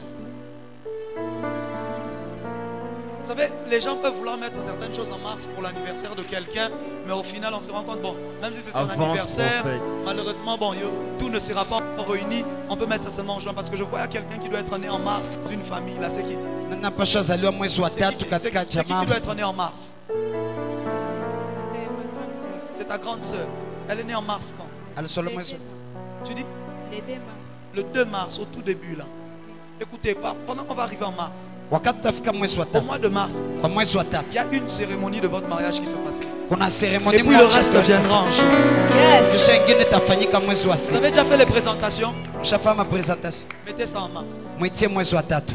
N'ayez même pas peur. Oh, les finances, c'est là, mon Dieu. Msiogope pesa nini. Mungu wangu, Le Dieu qui m'a permis de me marier va faire cela pour moi. Mungu ambaye alihusia nifanye ndoa Amen. ataifanya kwa Vous m'entendez? jina. Na nisikia Donc là, c'est fini. nikuseme imekwisha. S'il y a quelqu'un qui combattait ce mariage-là, même si c'était lui le plus grand sorcier de la famille, Hata kulikuwa mwalikuwa piganisha ndoa, hata ni mchawi kubwa wa jamaa, il va me rencontrer. atanikutana mimi. Je prophétise. Natabiri Attendez, je vois quelqu'un qui doit avoir l'âge de 14 ans. naona mtu anapaswa kwa miaka 14. Mais est-ce que ça peut pas être votre frère? Quelqu'un qui doit avoir, ça peut être votre frère. Il doit avoir l'âge de 14 ans aujourd'hui. Naona Peut-être c'est lui, elle est médecin, elle a bientôt. Non, non, non, non, c'est pas dans votre famille. haiko ndani ya jamaa yetu. C'est quelqu'un qui doit avoir 14 ans, c'est un garçon. Ni mtu ambaye anapaswa kwa miaka 14, kijana mwanaume. Ça doit être quelque chose comme un cousin. Ni mtu kama vile binamu. J'entends quelqu'un, son nom commence avec la lettre A. Naona mtu jina yake naanza na lettre A. L'un de ces noms-là, c'est avec la lettre A. Moya jina sana A. Parce que déjà, ses parents ont beaucoup eu du mal pour l'avoir. Kwanza bazazi yake balipata shida nyingi juu ya Et kumpata, lorsqu'ils ont eu l'enfant, na wakati walipata mtoto, Dieu a commencé aussi à leur faire du bien dans leur vie directement. Mungu akaanza wafanyia pia mema katika Il a maisha aujourd'hui yao. l'âge de 14. Kuna miaka 14. Je suis au niveau de Bagira. Niko ngambo ya Bagira. Je suis à Bagira. Niko Bagira. Vous avez des familiers à Bagira? Niko na batu ya jamaa Je suis à Bagira. Bagira. Niko Bagira. Parce que je le vois aller à Bwindi. Kwa chuna mona nenda Ok. Bwinti. Je le vois étudier à Bwindi. Namona anasoma Bwinti. Est-ce que vous voyez? Je mnaona? Tu vois de qui je parle? Unaona C'est l'enfant nani? de qui? Ni mtoto wa nani? C'est une cousine. C'est une cousine. L'enfant de qui? Wa nani? Disons, au Belge. Hein? Cousine à Bagira. C'est une cousine de Bagira. Le Seigneur me dit, Bwana niambia, la grâce vient de tomber même sur la famille là de Bagira. neema inaanguka hata kwenye jamaa Bagira. Parce que même il y a certaines personnes, même à une époque, ils ont été aussi à Bagira, ensuite ils sont venus en ville comme ça. Kuna batu wamoja walikuwa N'est-ce pas? Bagira wakati moja kisha wakakia kwenye mji. Je ne sais pas si c'était vous, mais vous avez été comme à Bagira. Il y a des gens là qui sont proches de vous, qui ont été à Bagira. Watu iko karibu Ils ya sont nyumba venus walikuwa ensuite. Bagira kisha wakatoka wakakuja hapa Mais kwenye je mji. vois les origines sont comme plantées du côté de Lakini Bagira. naona misingi Et le inashimikwa Seigneur est kama en train de Bagira. me dire, Na Bwana alikuwa ananiambia, la faveur de Dieu est sur vous. kibali ya Mungu iko juu yenu. Ma fille, tu travailles encore au Kabare. Kabare. Il y a une grâce qui vient de tomber au niveau de Kabare, mais pour vous. Kuna neema Amen. ambayo inaanguka Kabare. Hein? Hein? Nous sommes des cabarets. Vous êtes de Kabare. Mko ba Kabare. Il y Yeah. a une grâce qui vient de tomber à Kuna Kabare. neema ambayo Prophesy. inaanguka pia Kabare. Parce que sur le chemin de Bagira, là, on continue. Kwa juu Bagira hivi, kunjia Je Bagira prophétise. inaendelea. Natabiri, Je décrète. Et je déclare, à cause de votre présence ici ce matin, vous allez témoigner de la faveur de Dieu et de la puissance de Dieu. Plus rien ne pourra arrêter votre famille. Acclame le Seigneur. C'est que je déclare ici, si tu le reçois, Dieu le fait aussi. Je dis ce que je prophétise là-bas. Si tu le reçois, le Seigneur le fait aussi. Que Dieu aille jusque dans ton village. Dépose la bénédiction à la source. Qu'il change ce qu'il y avait à la source. Que la malédiction devienne la bénédiction. Au nom de Jésus. Au nom de Jésus. Je décrète et déclare que le Seigneur marchera avec toi. Que tu vivras Dieu. Que tu témoigneras sa main. Tu témoigneras sa vie. J'aimerais te dire une chose. La plus grande erreur que tu puisses faire, c'est de manquer le culte de ce mardi. J'enseigne sur un esprit très dangereux. Et je crois que Dieu sera en train de nous donner la victoire. Je ne t'ai pas entendu acclamer. Apparemment tu es complice du diable. Et Dieu sera en train de nous donner la victoire. Viens le mardi. Viens avec ton carnet. Viens avec ta soif. Nous allons vivre la main de Dieu. Nous allons vivre la vie de Dieu. Maman, on laisse au bébé le temps de grandir parce que vous devez commencer à servir, n'est-ce pas? N'est-ce pas? On laisse au bébé le temps de grandir, qu'il grandisse. Et puis vous devez commencer à servir. C'est notre deal, n'est-ce pas? Je n'oublie pas. Il y a des choses qu'on n'oublie pas. Écoute-moi. Que l'Éternel pose sa main sur toi. Qu'il te fasse du bien. Qu'est-ce que tu veux que Dieu fasse dans ta famille? Qu'il restaure. Lève-toi maman, dis-moi rapidement. Qu'il restaure la vie des couples et de mes parents. La vie des couples de ses parents. Parce que pendant que j'étais parti, quand je suis revenu, l'Esprit de Dieu m'a dit, il y a quelque chose qu'elle a dans son cœur. Elle voulait que tu parles de cela. C'est pour ça que je suis revenu vers toi. Dieu me dit de te dire. Dieu me dit de te dire. À cause de la prière que tu viens de faire, tu es en train de reprendre le cœur de ton père et de ta mère et de les remettre ensemble. Je ne les connais pas. Je ne connais pas l'histoire, ça a commencé comment. Ça ne me regarde pas. Tout ce que je sais, peu importe qui était en train de combattre leur vie de couple, aujourd'hui il vient de perdre. Aujourd'hui il vient d'échouer définitivement.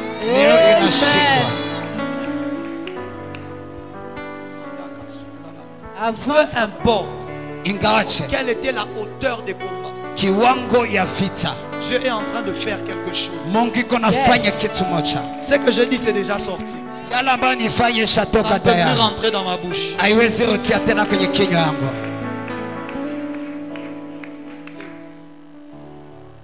Il est où?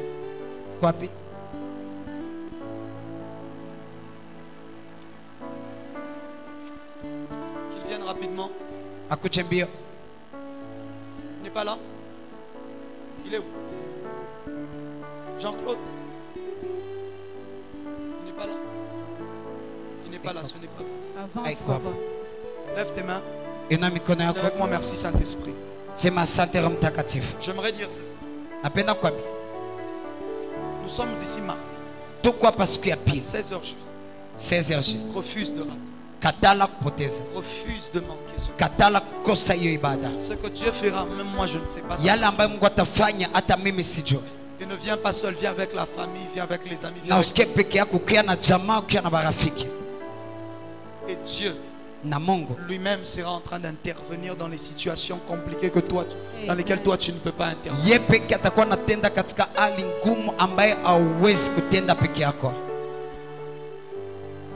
Lève tes mains. Ina mikono yako mbili. Oh, merci Saint-Esprit. Asante Roho Mtakatifu. Prends ton offrande dans ta main. Kamata sadaka kwenye mkono. Prends une offrande dans ta main. Kamata sadaka kwenye Prends mkono. ce que tu as de plus précieux pour sceller ces choses. Kamata yale ambayo kuna samani juu ya kuhakikisha Prends ce que imani. tu as de plus précieux pour sceller. Kamata yale ambayo kuna samani juu ya Prends kuhakikisha. cela, prends cela, prends cela. Kamata hayo, kamata hayo. Maman, envoie-moi à la fin. Mama nione mwisho. Comme ça, je vais entrer dans les détails. D'accord? Daingia katika madetail. Prends ce que tu as de plus précieux. Kamata yale ambayo kuna ya samani. Prends ce que tu as de plus précieux. Kamata yale ambayo kuna samani. Soulève ce. Inua hiyo. Père, Baba, je prie que cette offrande naomba hiyo sadaka soit le point de contact de la visitation. ikwe alama uhusiano ya Soit le kutembelewa. point de contact de la faveur. Ikwe alama ya kutembea. Soit le point de contact de la grâce. Ikwe alama ya uhusiano ya Soit le point kibali. de contact de la bénédiction. Ikwe alama ya uhusiano ya C'est baraka. le point de contact de ce que tu fais dans sa vie. Ikwe alama ya uhusiano yale ambayo unafanya Dans ndani le ya nom maisha yako. puissant de Jésus. Katika jina la uweza Yesu. Amen. Viens rapidement avec. Kwa mbio pamoja On naye. se voit mardi à 16h Tunaonana siku ya pili et 16 dimanche à 9h juste. na siku ya Mungu 9h juste. Bientôt le mardi, prends le temps de prier. Kuya mbele ya Prends le wakati temps siku de ya chercher la pili. face de Dieu. Kamata wakati ya kuomba Et kutafuta ensuite, quand nous commençons avec la prédication, nous recevons les enseignements, nous prions avec la connaissance de ce que Dieu fait. Tunaomba kulingana na Ne ujuzi yale manque ambayo pas cela. usikose hayo. Dimanche prochain, je rappelle, nous aurons Sainte Seine. Siku ya Mungu ijayo nakumbusha tutakuwa na meza ya Mais Bwana, en même temps, apprête ton offrande d'alliance. lakini pia tayarisha sadaka yako ya Apprête kujenga ton upya offrande agano. de l'alliance d'Abraham. Tayarisha sadaka yako ya agano ya Abraham. Au-delà, à part ta dîme, Kuacha cha kumi yako, apprête une offrande d'alliance. tayarisha sadaka ya agano. Je dis, c'est une offrande que nous ferons chaque début du mois. Sema ni sadaka ambayo tutafanya kila Nous mwanzo serons ya en train de mwezi. nous connecter à la grâce et à la bénédiction d'Abraham. Tutakuwa na jambatanisha kwa neema na Pour baraka ya vivre Abraham. cela et en être témoin. Kwa ajili ya kupata kuishi na Que kuishuhudia. Dieu te bénisse. Mungu akubariki. Shimama. Que Dieu te bénisse. Mungu akubariki. Que ta famille soit bénie. Na jamaa yako ibariki. Je ne t'entends pas dire Amen. Sikusikia kusema amen. Dieu te bénisse. Mungu akubariki. Que ta famille soit bénie. Jamaa yako Que ibariki. tes affaires soient bénies. Biashara yako Que ibariki. ta maison soit bénie. Nyumba yako ibariki. Que ton travail soit béni. Kazi yako ibariki. Que cette semaine, Hii chuma Dieu te donne des relations qui t'apportent des bonnes nouvelles. Mungu akupatie mahusiano ambayo itakuletea Dans le habari nom njema. puissant de Jésus, Katika jina la Yesu je le Kristo. décrète et je le déclare. Naitangaza na Que la minamo. faveur de Dieu soit sur toi Neema ya Mungu kwa juu yako. et que l'Esprit de Dieu te fasse avancer. Na roho ya Mungu ikupate kubeba mbele. Par-dessus tout, Kwa juu ya je yote. demande au Seigneur une chose. Nalomba Bwana kitu moja. Qu'il mette une soif dans ton cœur Akupatie kiu katika moyo wako. qui brûlera Ambaye itawaka. et qui poussera Dieu à se révéler dans ta vie. Na ambaye itasukuma Mungu Au nom aonekanisha na maisha yako. puissant de Jésus. Kwa jina la uweza Yesu Kristo. Acclame le Seigneur.